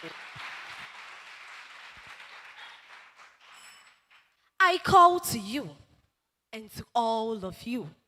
I raise my voice to all people. Listen to me, for I have an important thing to tell you. Everything I say is right, for I speak the truth and detest all kinds of deception. Proverbs chapter 8 verse 5 to 7. With this, the chairperson, all protocols observed. My name is Lindiri from Pong, first supporting speaker of Gomwa Senior High Technical School debate team, speaking vehemently against the motion that, quote, youth empowerment initiatives in Ghana are largely symbolic rather than impactful, unquote. Panel of judges, I affirm all that my able principal speaker has said, and I proceed to advance new arguments, then later rebut some of the paperweight arguments made by our respected sisters, as and when needed. Exhibits and evidence shall be tendered in to buttress our arguments. Now, to our faith argument. Digital skills programs are turning Ghanaian youth into global earners. The chair, the government recently launched 1 million coders program, announced announced by President John Mahama, will train 1 million youth in essential digital skills over the next 4 years. A decisive funded signal that we are moving from talk to transformation. Let's watch this video. In breaking down those barriers. Over the next 4 years, the 1 Million Coders program will train 1 million Ghanaians in essential digital skills, from coding and cybersecurity to data analytics and networking. These are not just technical abilities, they are economic passports, pathways to decent jobs, entrepreneurship, and long-term social economic inclusion. Ladies and gentlemen, this initiative builds on proven initiatives, already creating global awareness, such as MEST Africa, training over 2,000 tech entrepreneurs since 2008 with its alumni, raising over $300 million in funding iSpace Foundation and Kumasi Hive. Panel of judges, the impact is real. When a coder in Accra can build apps for clients in London, and robotics team from APAM SHS in Gomoa West and St. Augustine's College in Cape Coast can compete with the Massachusetts Institute of Technology, then empowerment is not symbolic. It is digital, global, and profitable. I turn in an evidence. Now, to our safe argument, youth are now in decision-making rooms, not just outside of them. Panel of judges. The motion fails to recognize the young men and women now seated where decisions are made and not just protecting outside the gate.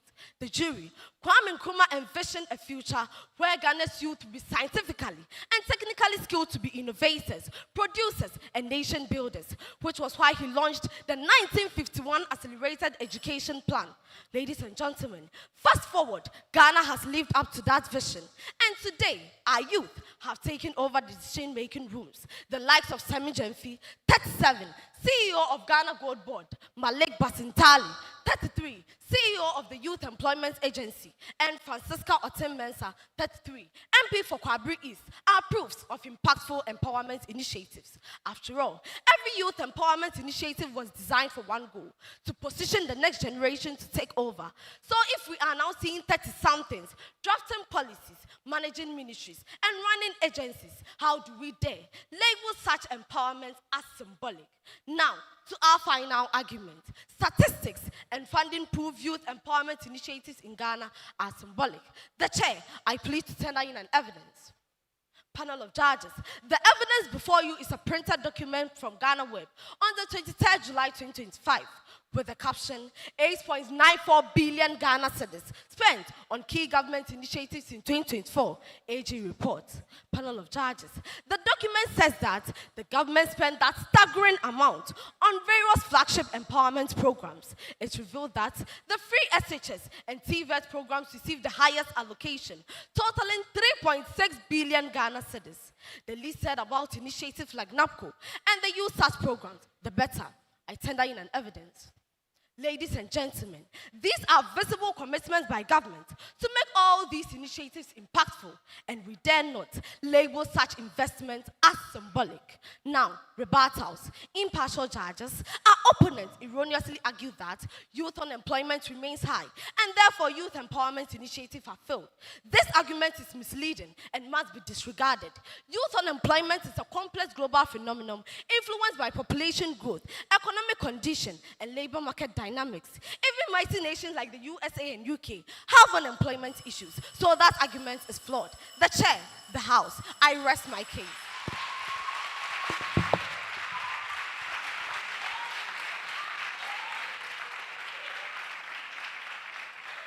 It is time to listen to the summary of both arguments, and we are starting from Holy Child Senior High School.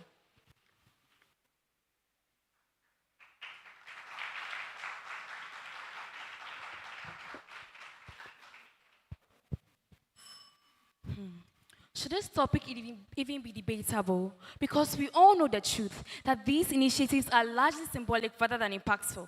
However, since you have decided to debate it, I will conclude by reminding you of the points presented by my colleagues to support the motion that youth empowerment initiatives in Ghana are largely symbolic rather than impactful. And of course, to provide measures that will help you make these initiatives truly impactful. Mr. Chairman, panel of judges, accurate timekeeper, ladies and gentlemen, Good day. At the heart of this debate is a simple but crucial question. Should empowerment be judged by the number of programs launched or by the number of lives permanently transformed? The chair permits me to say something to the opposition before I begin. The opposition mentioned skills. Skills are not the only equipment needed to truly empower the youth. Empowerment ends when livelihoods are created. Training the youth does not take them out of poverty. They need capital and jobs. You have done nothing but proving the motion. Little impact versus public showcase. We established the following. First, youth unemployment persists despite decades of so-called empowerment initiatives.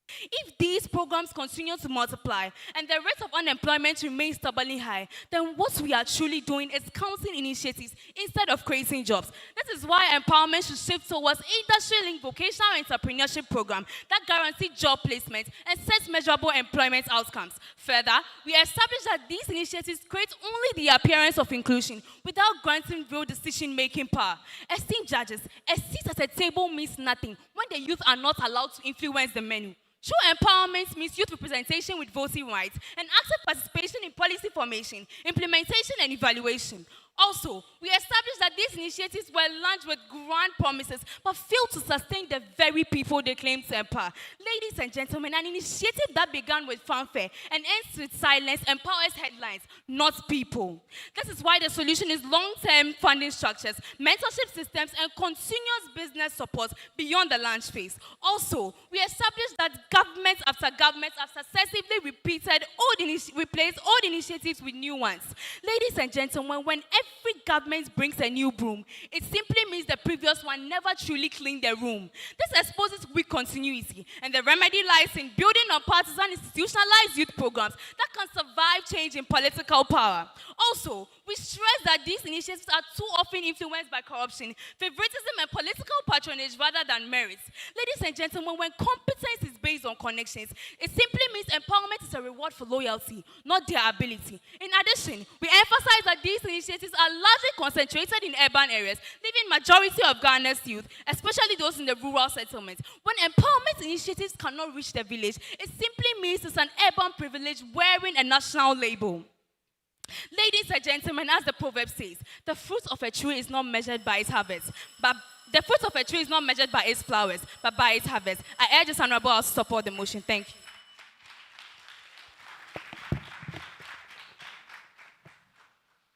And finally, the summary of the argument from Gomoa Senior High Technical School.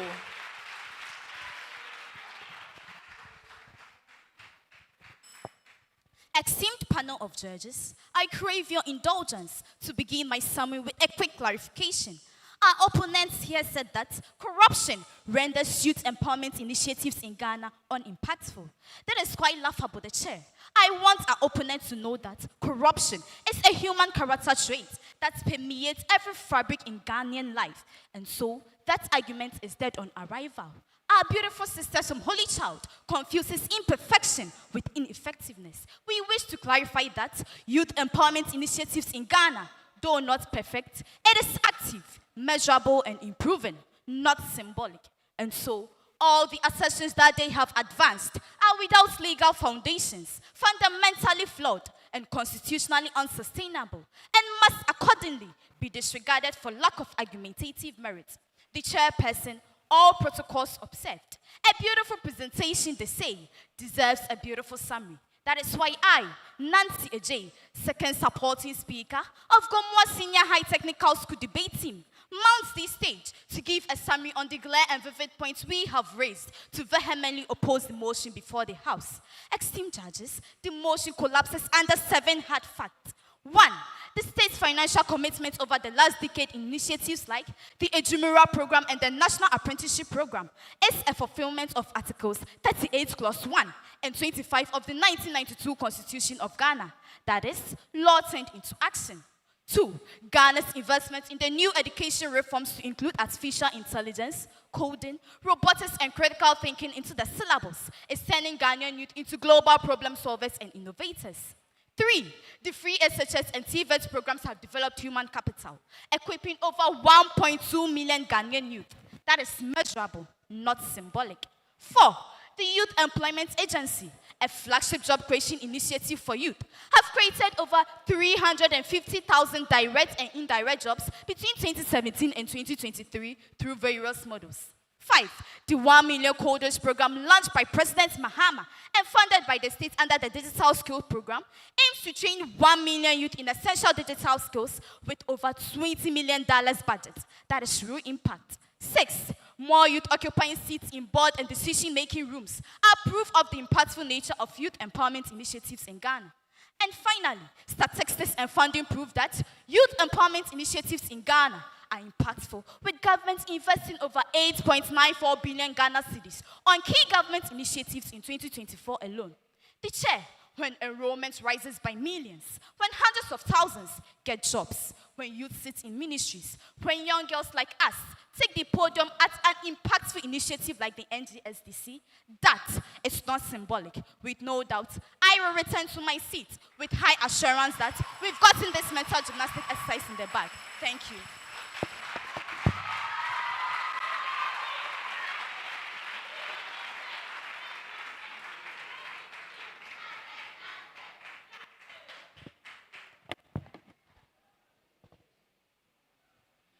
Two schools have presented their argument on the motion. Youth empowerment initiatives in Ghana are largely symbolic rather than impactful. The schools are Holy Child Senior High School and Gomoa Senior High Technical School. Put your hands together for them, ladies and gentlemen, as they resume their seats.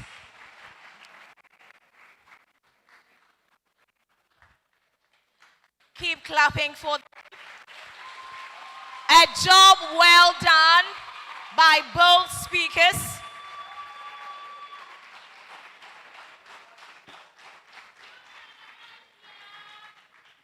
I believe that you have made your school proud, and Ghana is also proud of the young women we are seeing on our screens today. This is the semi-finals of the National Girls Speech and Debate Championship.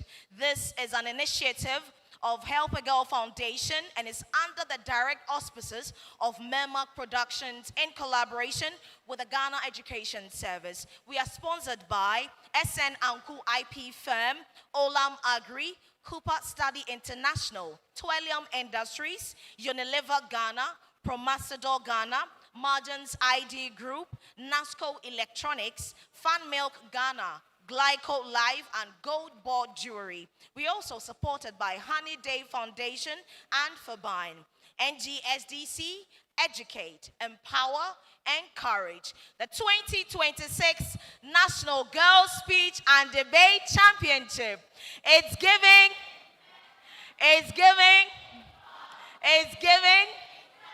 Clark it. Now, ladies and gentlemen, we've listened to our speakers and our judges are collating the marks. Very soon, we'll find out the two schools who have qualified for the grand finale. Is your school making it to the finals? Is your school making it to the finals? Are you sure? Are you certain? All right, very soon we'll find out the two schools who will make it to the grand finale of the 2026 National Girls Speech and Debate Championship. But before we move on from here, we would like to listen to our Member of Parliament. I know he has listened to your argument, especially on the second motion, and it's quite an interesting one. But it's good to listen to our leaders, especially in gatherings like this. So, ladies and gentlemen, help me welcome the Member of Parliament for Gomoa West constituency, also the Deputy Minister for Energy and Green Transition, and a member of the Privileges and Immunity Committee of Parliament, Honorable Richard Jan Mensah.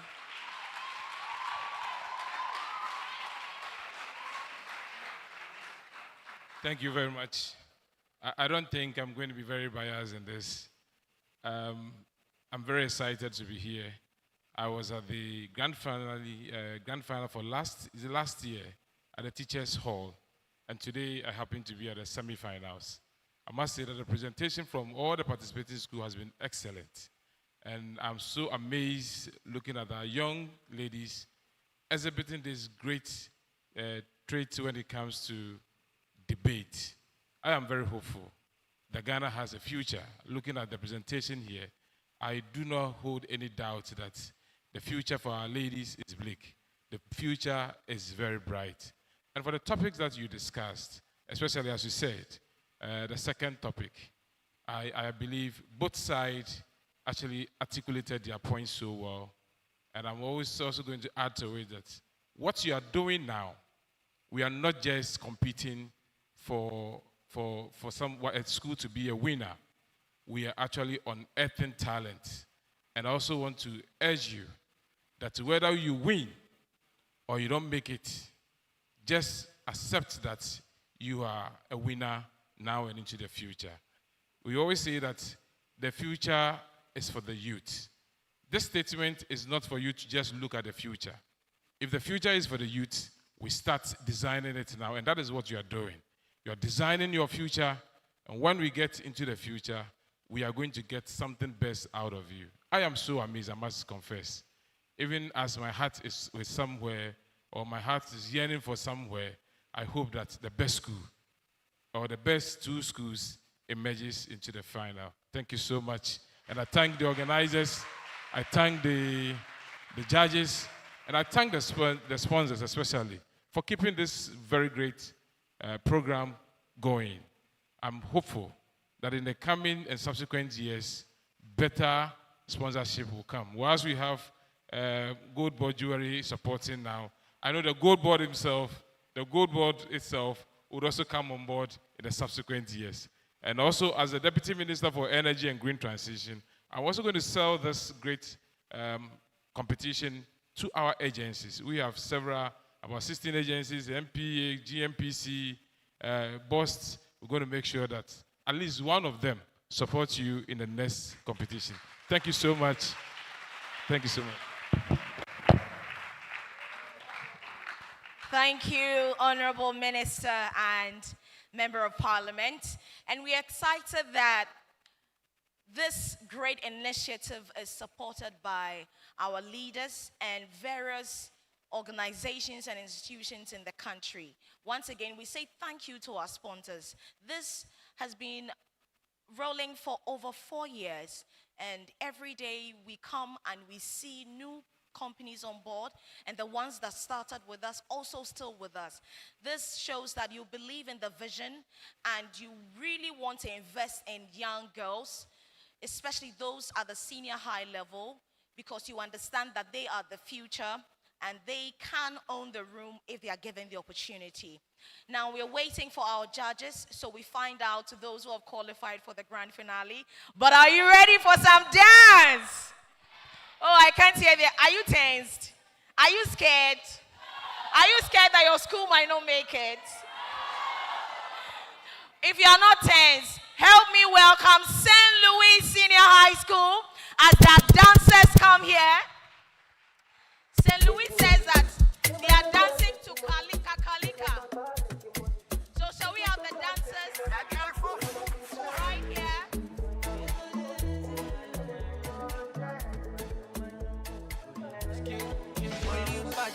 My chest, your back asset, you know they play my chumba rest. Me see my jolly, but no bata me kongolo, baby kongaso. You dey see me no fit kill am for my head. I need to know where you did. Oh yeah, send me your location. Shabali girl no delay. Oh, when there's a no delay. I need to know where you did. DJ, send me your location. DJ, hold on. Shabali girl no delay. Hold on, let's begin the thing properly. It's like, Asim Manso, this was warm up for you, very good. So should we start with you or St. Louis? Who wants to start? Oh boy, it was your turn. It was your turn. So, ladies and gentlemen, okay, so the song is Kakalika. Ladies and gentlemen, I present to you St. Louis. Let's go. Abba.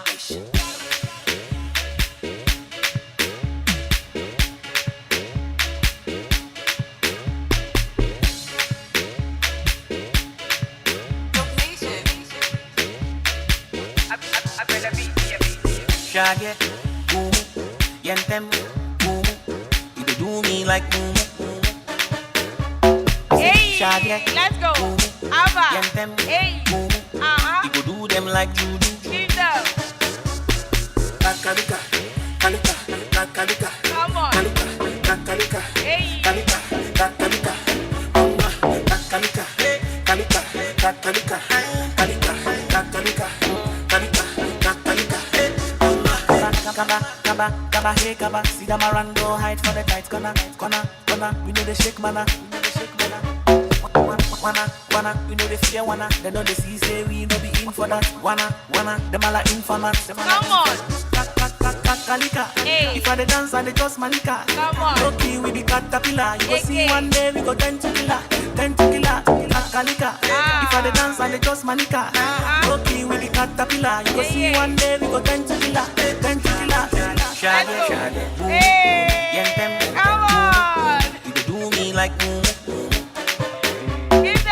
Shade, boom, yentem, boom. You go do them like juju. Let's go. Kalika. Let's go. Hey. Kalika.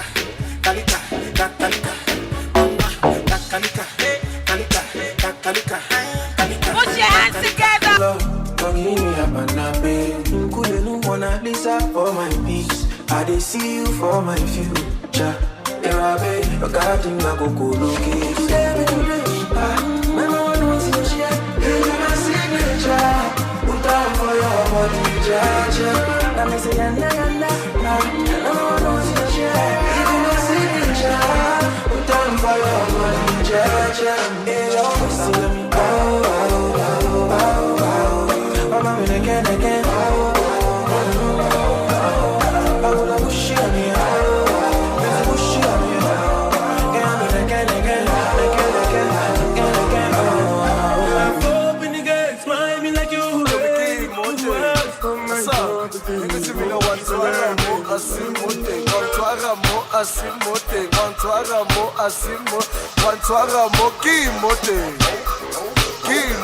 Let's go. Hey. Come on.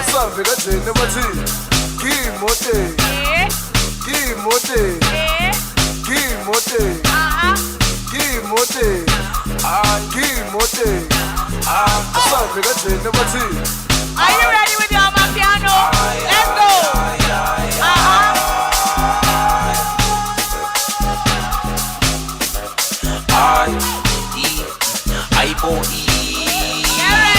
Get ready. Let's go. Let's go.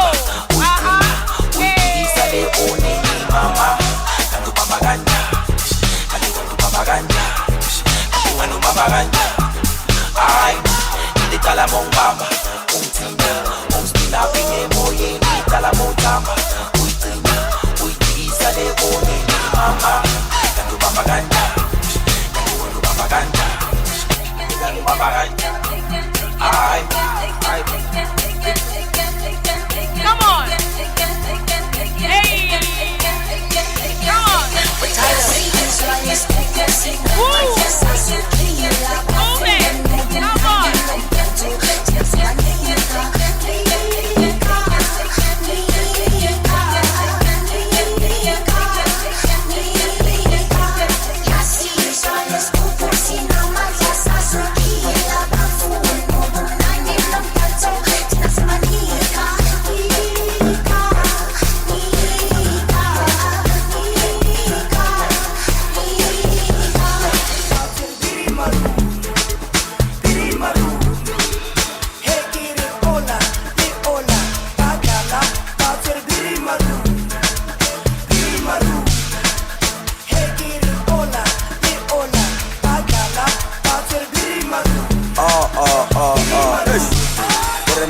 Jara Vishika Fila, Tamahita, Mandela, Rapaketa, Unilever, Corporate, Emalema, Osaka Catalina, Osaka Seman, Chipi Nagasama, let's get. Give me piano. Let's go. Hey. Shandapa, Taiwan Maratana Gata, Cash Contant, Hey. Shandapa. I said it doesn't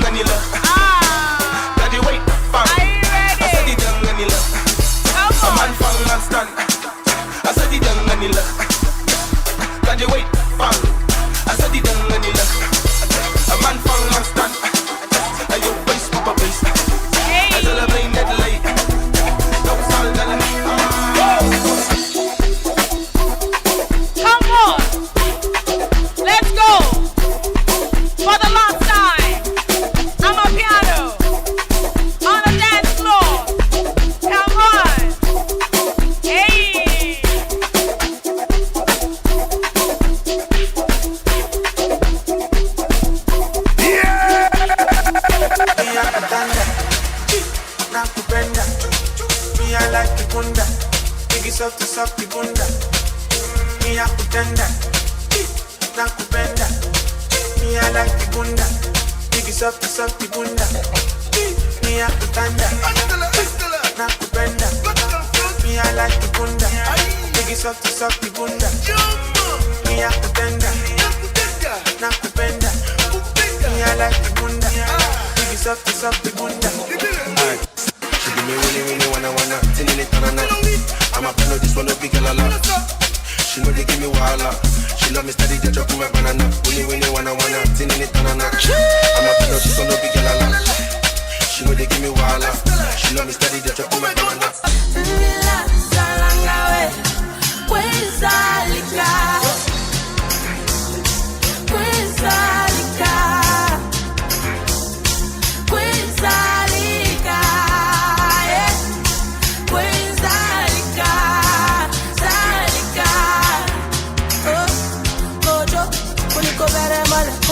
Come on.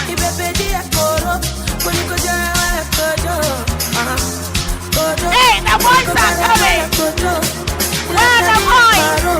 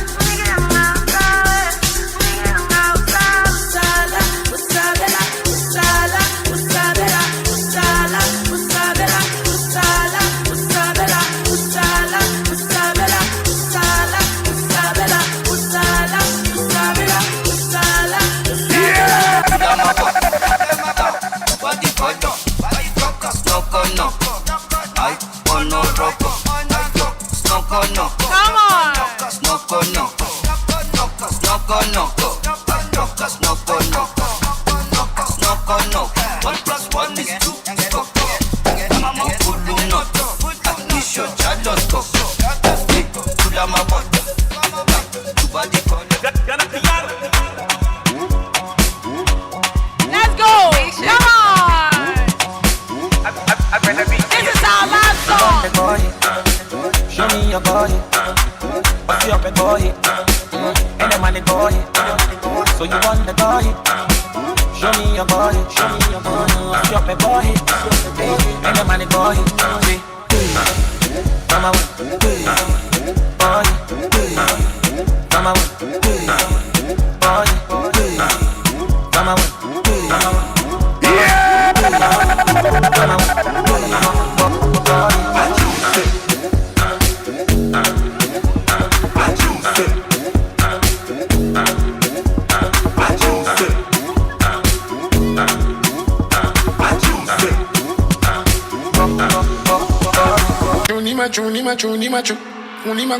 Unimaku. This is the last one.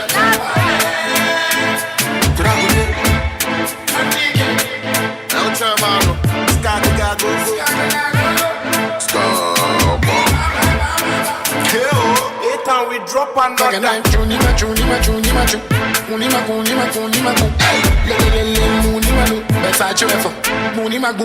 one side, shoulder, one side, shoulder, one side, shoulder, one side, shoulder.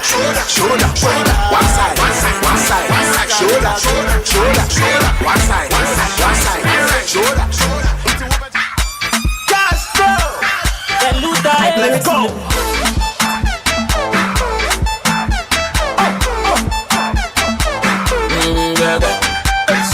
Me no fi control myself, sexy a bit. Come roll it again. Me want take you to the inna me bedroom. We go party again. The way you roll it better. Me want come close to your bumper. Me want to enter the center. Me want come guide you like Langa. Tinini, turn on, tinini. Sexy a beg you, they killing me. It can show about tinini. Turn on, tinini. Tinini, turn on, tinini. Tinini, turn on, tinini. Tinini, turn on, tinini. Bounce your bum, bounce your bum. Everybody come on, bounce your bum. Do you really wanna bounce your bum? Then change that style, come on, be like that. Come on, bounce your bum, bounce your bum. Everybody come on, bounce your bum. Do you really wanna bounce your bum? Don't change that style, come on, be like that. Yeah.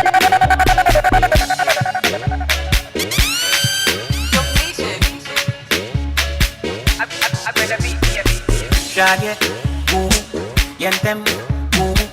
You dey do me like boom. I say shaggy, boom, yentem, boom. You go do them like juju. Kakalika, kalika, kakalika, kalika, kakalika, kalika, kakalika, kakalika, kalika, kakalika, kalika, kakalika, kalika. Okay.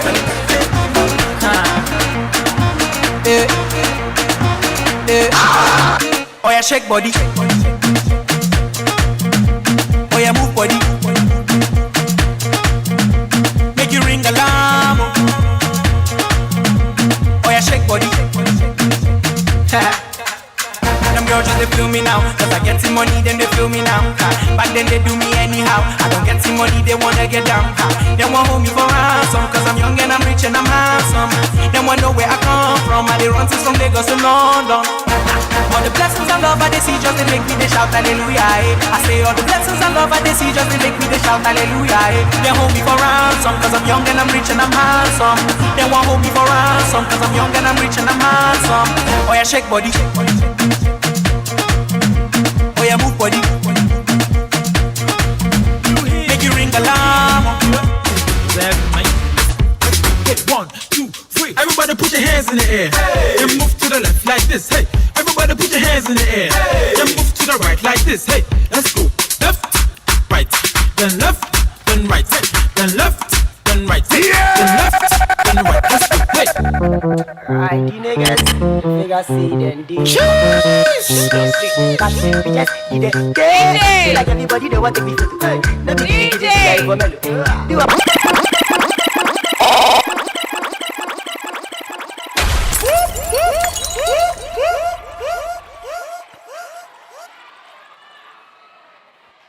Are you happy now? Are you happy now? Don't worry, we'll continue the dance later. But very soon, the judges will announce those who have qualified for the grand finale. While we wait, it's time to take pictures with our guest speakers. So can we come forward, all our guest speakers, including our sponsors? Let's begin with our founder and the guest speakers, the honorable member as well.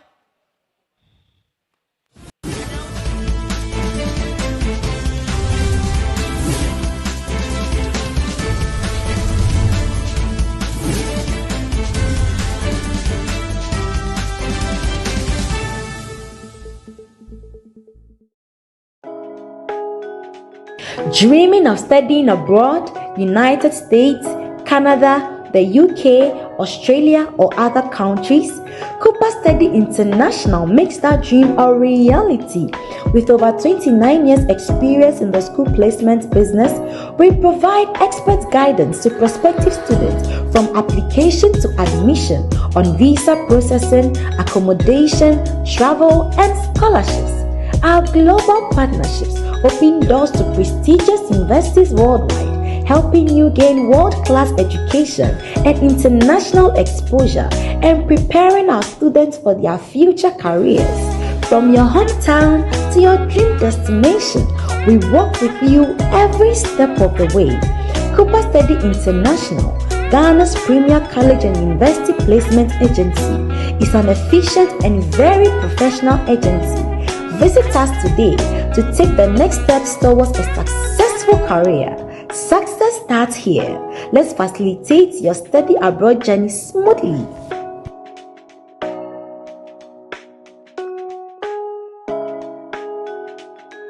The mic is on, the stage is set, and Ghana's most powerful young voices are ready. Welcome to the 2026 National Girls Speech and Debate Championship.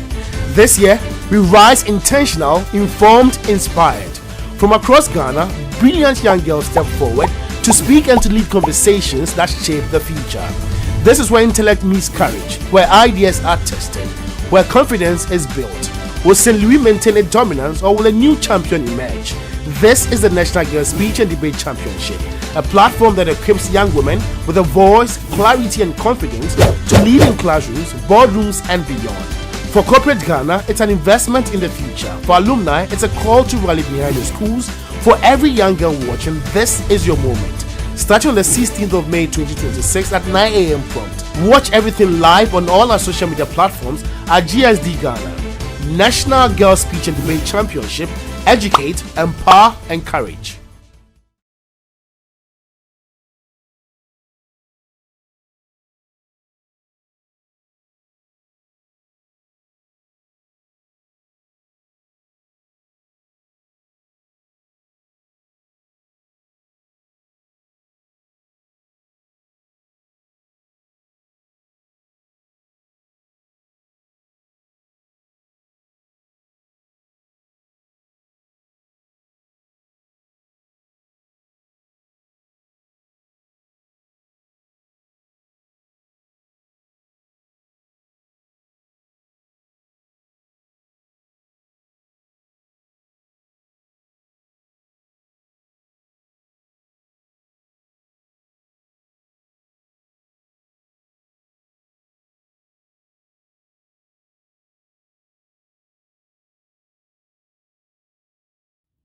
The 2026 National Girls Speech and Debate Championship is brought to you by Mermark Productions, a subsidiary of Help a Girl Foundation in collaboration with Ghana Education Service, sponsored by SN Anku IP Firm, Olam Agri, Cooper Study International, Twillium Industries, Gold Board Jewelry, Unilever Ghana, Promasador Ghana, Margins ID Group, Nasco Electronics, Funmill Ghana, and Glyco Life, also supported by Honey Day Foundation and Fabine.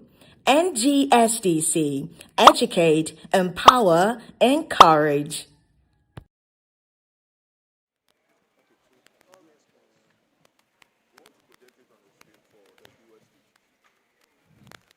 Yeah, good afternoon. Good afternoon. It's been a very competitive day of debate and argument. So we want to give feedback and then announce the scores, right? And then announce the schools that are proceeding to the grand finale. So we'll begin with Asim Manso and St. Louis. Please come forward, Asim Manso and St. Louis. Let's give them a round of applause.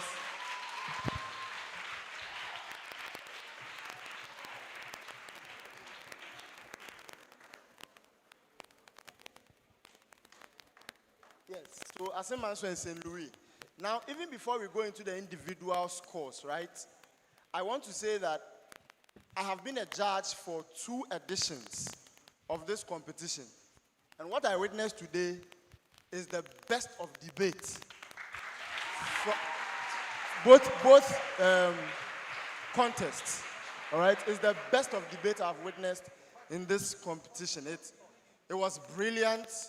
Argumentation, delivery, substance, and I want to commend the girls. Please, let's give them a round of applause again. And also to the teachers. You teachers are magicians. What the girls were doing shows that people have put in a lot of work, and we commend you for that. Now, for St. Louis and Asim Manso, very competitive one. The first speaker for St. Louis, very good speaker. She clarified that visibility is the vehicle through which value itself is created.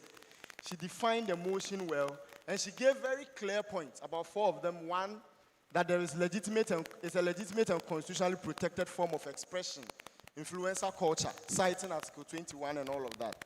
Then says that it educates and develops human capital, and then uses people like Yabu Ejikum Francis videos to buttress the point. Create substantial economic value, promote Ghana globally. And then even as first speaker, she added some rebuttals. She integrated some rebuttals in her argument before she sat down. And I thought that was very brilliant. But I think the person that set the tone for this debate also equally, we experienced Hello. We experienced hitches, right? We all could tell that she was nervous. And I'm speaking about Asim Manso's principal speaker. Okay? But it's completely fine. She was not overtaken by that nervousness. And she was able to go through entire speech. And I commend her for that she didn't freeze on stage and didn't let this be an embarrassing spectacle. Well done, okay? And going through your material, even when you are nervous, is part of. There was clarity. She brought clarity and nuance in the debate. She made very good points. Visibility over competence. Visibility has become a conduit for influencer culture. Social currency that prevents young people from adding value to their crafts.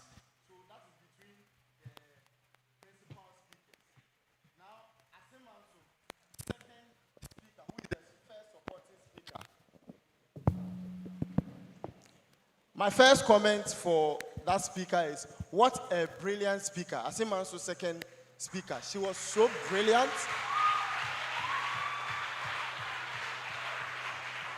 She was so brilliant. She began by summarizing, clarifying what her principal speaker had come to do, and then building on with her own point. And that was very brilliant. What I like most about her is that she has clarity.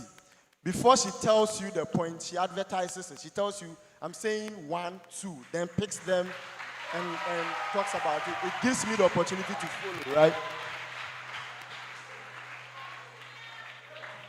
And then she attempted rebuttals as well within that time. So, brilliant, brilliant speaker. Now, for St. Louis, she was also equally good. The thing about this debate is that you listen to one, you are so soaked up and convinced. The other comes with equal energy and rebuttals. And so it was a very difficult job for us, but it is for the better of this competition. She made a very good, supporting point. 2 points that caught my attention. One, that influencer culture strengthens civic engagement, and cited Kali J's activism on social media and how Fix the Country became a national sensation to buttress that point. And then it says he also supports SMEs and rural businesses. All right. Then she did very good rebuttals, which is a role of a supporting speaker. And we gave marks for role playing, right? If you're a supporting speaker, you cannot leave the stage without doing rebuttals, because then things have been said that you'd have to rebut and possibly repair the point of your principal speaker, which had been attacked. And she did that very well. Now, the third speakers for me, for both contests, were some of the very best speakers, especially the last contest, which we will come to. But the third speakers played their roles very well. For Asim Manso's third speaker, my comment here is proper debater. She came to debate. Yeah, proper debater. Because this is what she did. She deconstructed what the other side has said and started telling us how they have failed in this debate, because these are the things they were supposed to say or prove in this debate, and they didn't do that. And for me, that was a very good thing. And then she also matched, when she was doing the summary, she also matched the point to the deficiencies in the other side. So she states their point and tells us how that answers something that has been said on the other side. It's a very good thing that she did. And then she did a very good thing that I think all of you should take note. She made non-fatal concessions. In debates, there are certain aspects that would be against you, all right, that you would have to concede. It shows honesty, okay? But you have to ensure that it's not a fatal concession where you are giving out your whole point and saying we have no point. And she did that brilliantly. She conceded, it wasn't fatal, and she still went ahead to make her point and still attempted rebuttals, all within that 3 minutes. Very, very good test speaker. For St. Louis, she also did a very good job, and I commend her. She brought clarity to the points that they have made, and then went on to do the summary very, very well. So across the 3 judges table, here are the scores. Where is it? It's here. So, guys, please, don't be nervous about this. We've already told you about how competitive this was, okay? And it's only regrettable that by the rules of a competition, one would have to progress. All right. Otherwise, I would ask Miss Dora to give all of you trophies. Now for Asin Manso, Judge 1 scored 83. Judge 2 scored 74. Judge 3 scored 90, giving a total of 247. Please put your hands together for them. And then for St. Louis, Judge 1 scored 90, Judge 2 scored 85, Judge 3 scored 83, giving a total of 258, making St. Louis the winner of this round. Congratulations, St. Louis Senior High School. You have qualified for the grand finale of NGSDC 2026. And all the best to Asin Manso Senior High. Well done. You contested keenly. And we saw the effort and the brilliance you exhibited. Once again, congratulations to both schools. Now, shall we have a presentation of certificates to Asin Manso Senior High, and we will invite Dr. Ejabeng to do that. Put your hands together for Dr. Ejabeng. This is a certificate of participation presented to Asin Manso Senior High.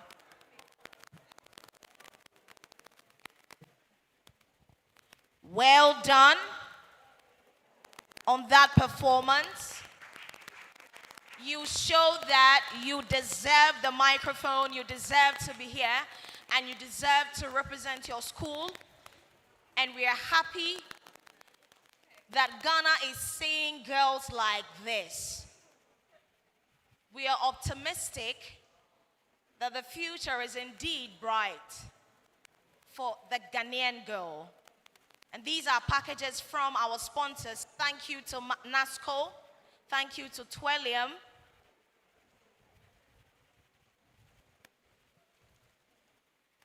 For these beautiful packages. Once again, a round of applause for them.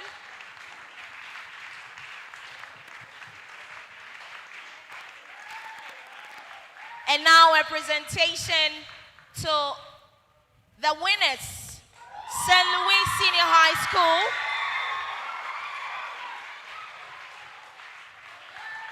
Which will be done by Madame MFI Esquire. Put your hands together, please. A round of applause for her. Congratulations to you. You've earned your cash prize.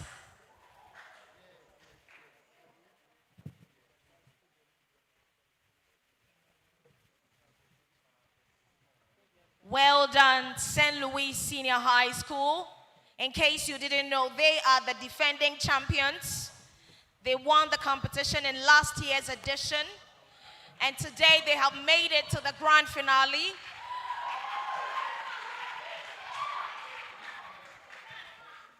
Ready to defend the title or might lose it to the next school. But today we say congratulations to you for making it to the finals.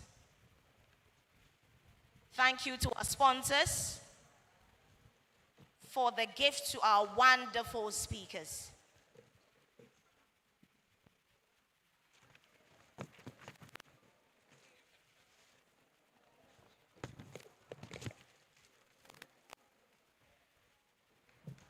Well done.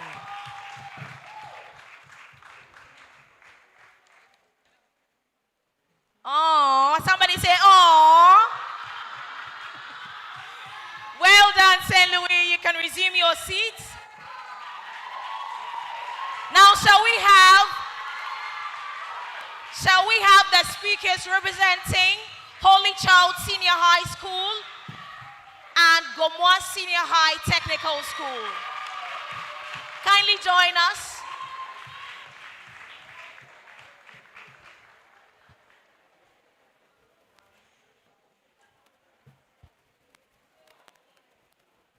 work well. Hello? Hello? Yes. Please, once again, a round of applause for our ladies. This set also represented the very best of high school debate excellence. And on my sheet, as a general comment, I've written A1 to both schools in terms of delivery and articulation. Well done, ladies. All right? Well done. Well done. The first speaker for Holy Child was very clear that she is very brilliant. She was on top of her brief. She articulated her points very well. I could hear her well. And I love the fact that she had, the point that she made was very systematic. And then she explained those points well. I wrote them down. High employment, unemployment exists despite these different initiatives. Create appearance of illusion, grant promises without any sustainability. Every now and then, government creates a different initiative, signaling that the previous one failed. And that was very, very good. So, second speaker for Holy Child. I'm on Holy Child before I come to Gomwa. The second speaker for Holy Child was very, very brilliant. She began with a very good rebuttal that caught my ear. She said that Gomwa had said that as an evidence of impact, about 12,000 jobs have been created. But the pool of youth that we are looking at is 1.3 million. And that re-emphasizes their point that 12,000 out of 1.3 million is not impact. That rebuttal really went down well with me. She continued with the fact that these initiatives are centered in urban areas, and then government celebrates numbers more than real impact, all right? And that there is inconsistent monitoring and evaluation. And then the third speaker for St. Louis, for Holy Child. Like I said, the third speakers were some of the brilliant speakers in this debate, okay, on both sides. They did an amazing job looking at the limited time they had and the fact that they have to follow the debate and come and tell us what each side has said and also rebut. So she also did a very good job, did rebuttals, built on the point, and all of that. And so that's a very good thing that we witnessed from Holy Child. Gomwa began with a video slide. I thought that we could go on, she could make her point, and then while we wait for the video slide. I know that that's how you are structured to go, but what if the video never played? Were we going to be here and not have a debate? So I thought that we could have accommodated that as part of the training for delivering, public speeches when you have hitches, all right? So that for me is something that we must note. Apart from that, their first speaker, I've noted her in previous engagement that she is very brilliant and articulate, okay?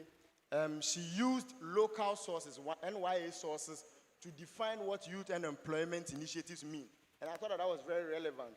While Holy Child used UN sources and all of that. That was a good distinction. He says that these youth employment initiatives are affirmed by constitutional provisions. That was a good one.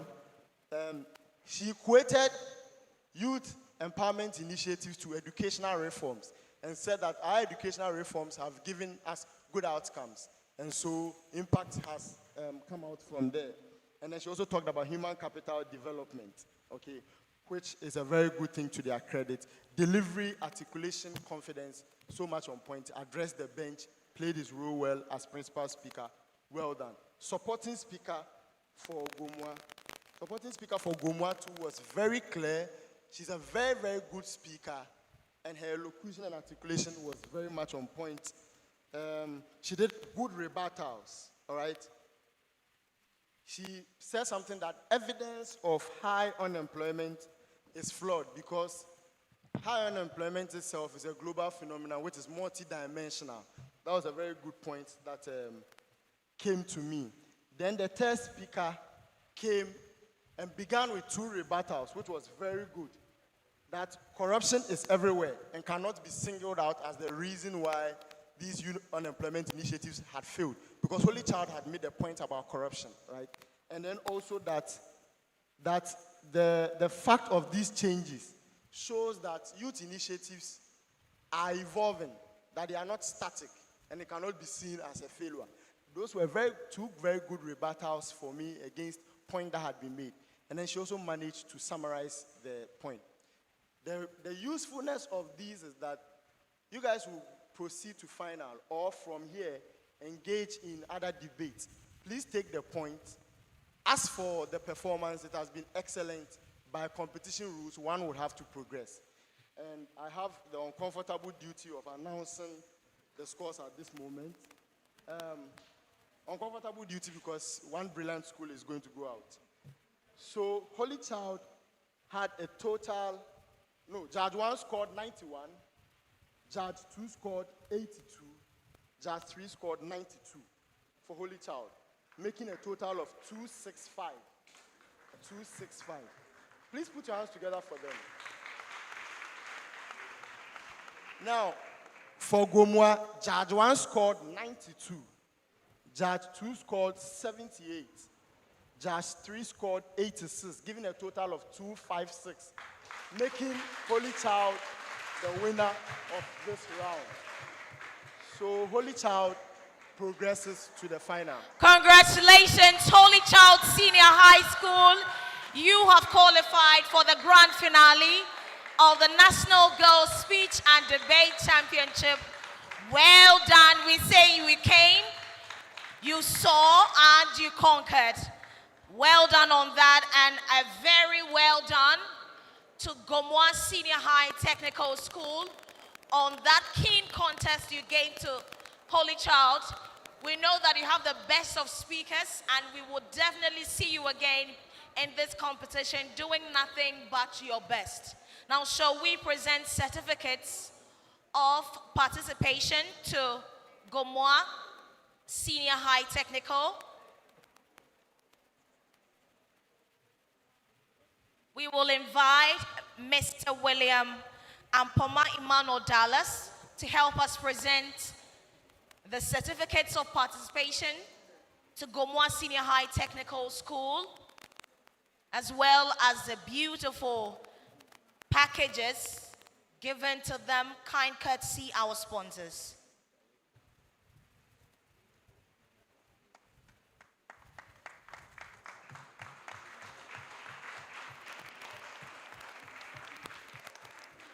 Well done, Gomwa.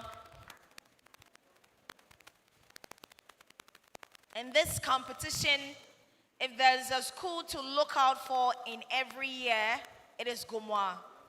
They always show up and they fight through it. Let's put our hands together for them. If you are looking for schools that are threats to your school, it is Gomwa. If you play, you are going to lose to them. So I'm happy they always show up and they do their best. Gomwa has won the competition before, yes. Unfortunately, this year you couldn't make it, but I know you'll come back stronger. Now next, our winners, ladies and gentlemen. Holy Child Senior High School.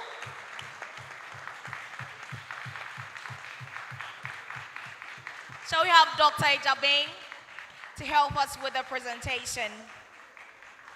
Congratulations to you, Holy Child Senior High School. You have qualified for the grand finale of the 2026 National Girls Speech and Debate Championship.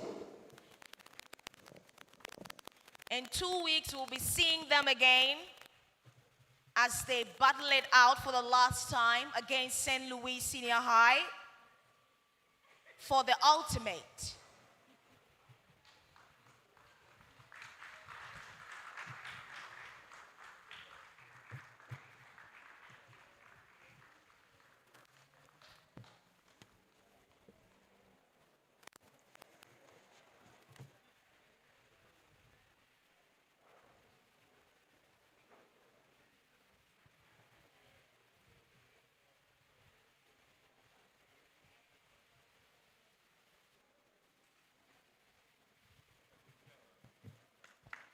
Thank you, our sponsors, and well done to Holy Child Senior High School. We would like to say A very big thank you to our judges. Shall we put our hands together and celebrate our judges, the ones who made the difficult decisions today? Professor Modestus Fosu is part of the Unimark GIJ faculty since 2007. And we have Ms. Eva Kupolo, who is a lecturer at the University of Media, Arts and Communication. And lawyer Benjamin Alpha Edu is the press secretary and spokesperson to the Office of the Attorney General, and also a barrister and a solicitor of the Supreme Court of Ghana. A round of applause once again for them.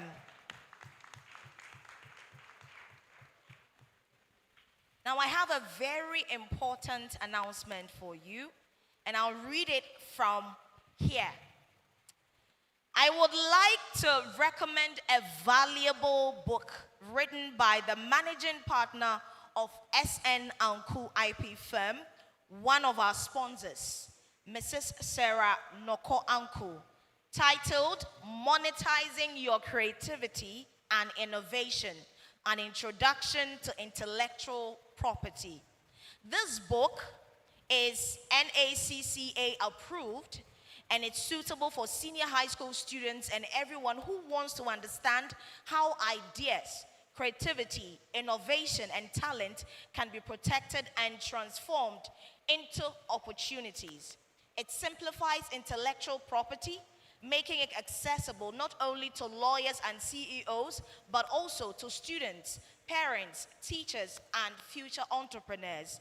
This book is available at EPP Book Services, Legon City Mall, Habib Books at the University of Ghana Law School.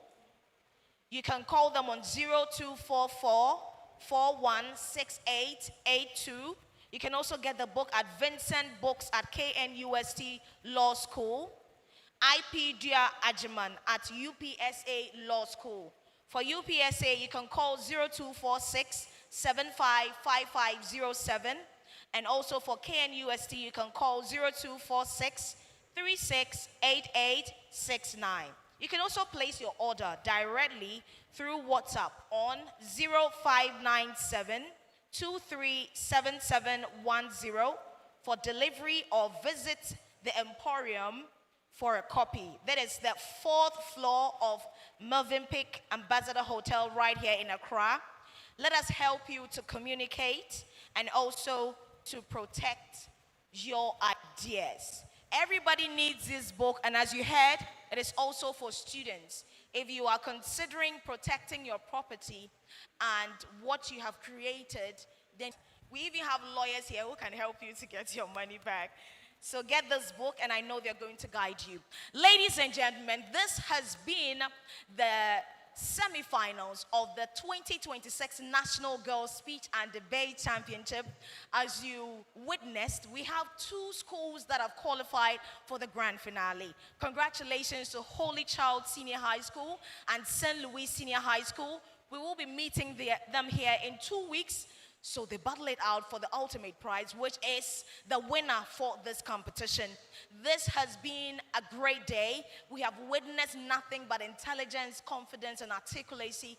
And I'm happy to always be here and be part of this occasion. Once again, we would like to say thank you to our sponsors, but ultimately, thank you to Mermac Production, a subsidiary of Help a Girl Foundation. And in collaboration with Ghana Education Service, we say thank you, Ghana Education Service. Thank you to our sponsors, SN Anku IP Firm, Olam Agri, Cooper Study International, Twellium Industries, Unilever Ghana, Promacidol Ghana, Margins ID Group, Nasco Electronics, Fan Milk Ghana, Glyco Life, and Gold Ball Jewelry. Thank you for supporting us for Buying and Honey Day Foundation. At NGSDC, we educate, we empower, and we encourage. Are we ready for our last claquet? Hey, the schools who have, are you ready for the last claquet? NGSDC 2026 is giving intentional, is giving informed, is giving inspired. Claquet. Thank you, ladies and gentlemen, and thank you to our guests for joining us. I am Blessing Bliss Frimpong. You can call me. See you in 2 weeks and enjoy the rest of your day.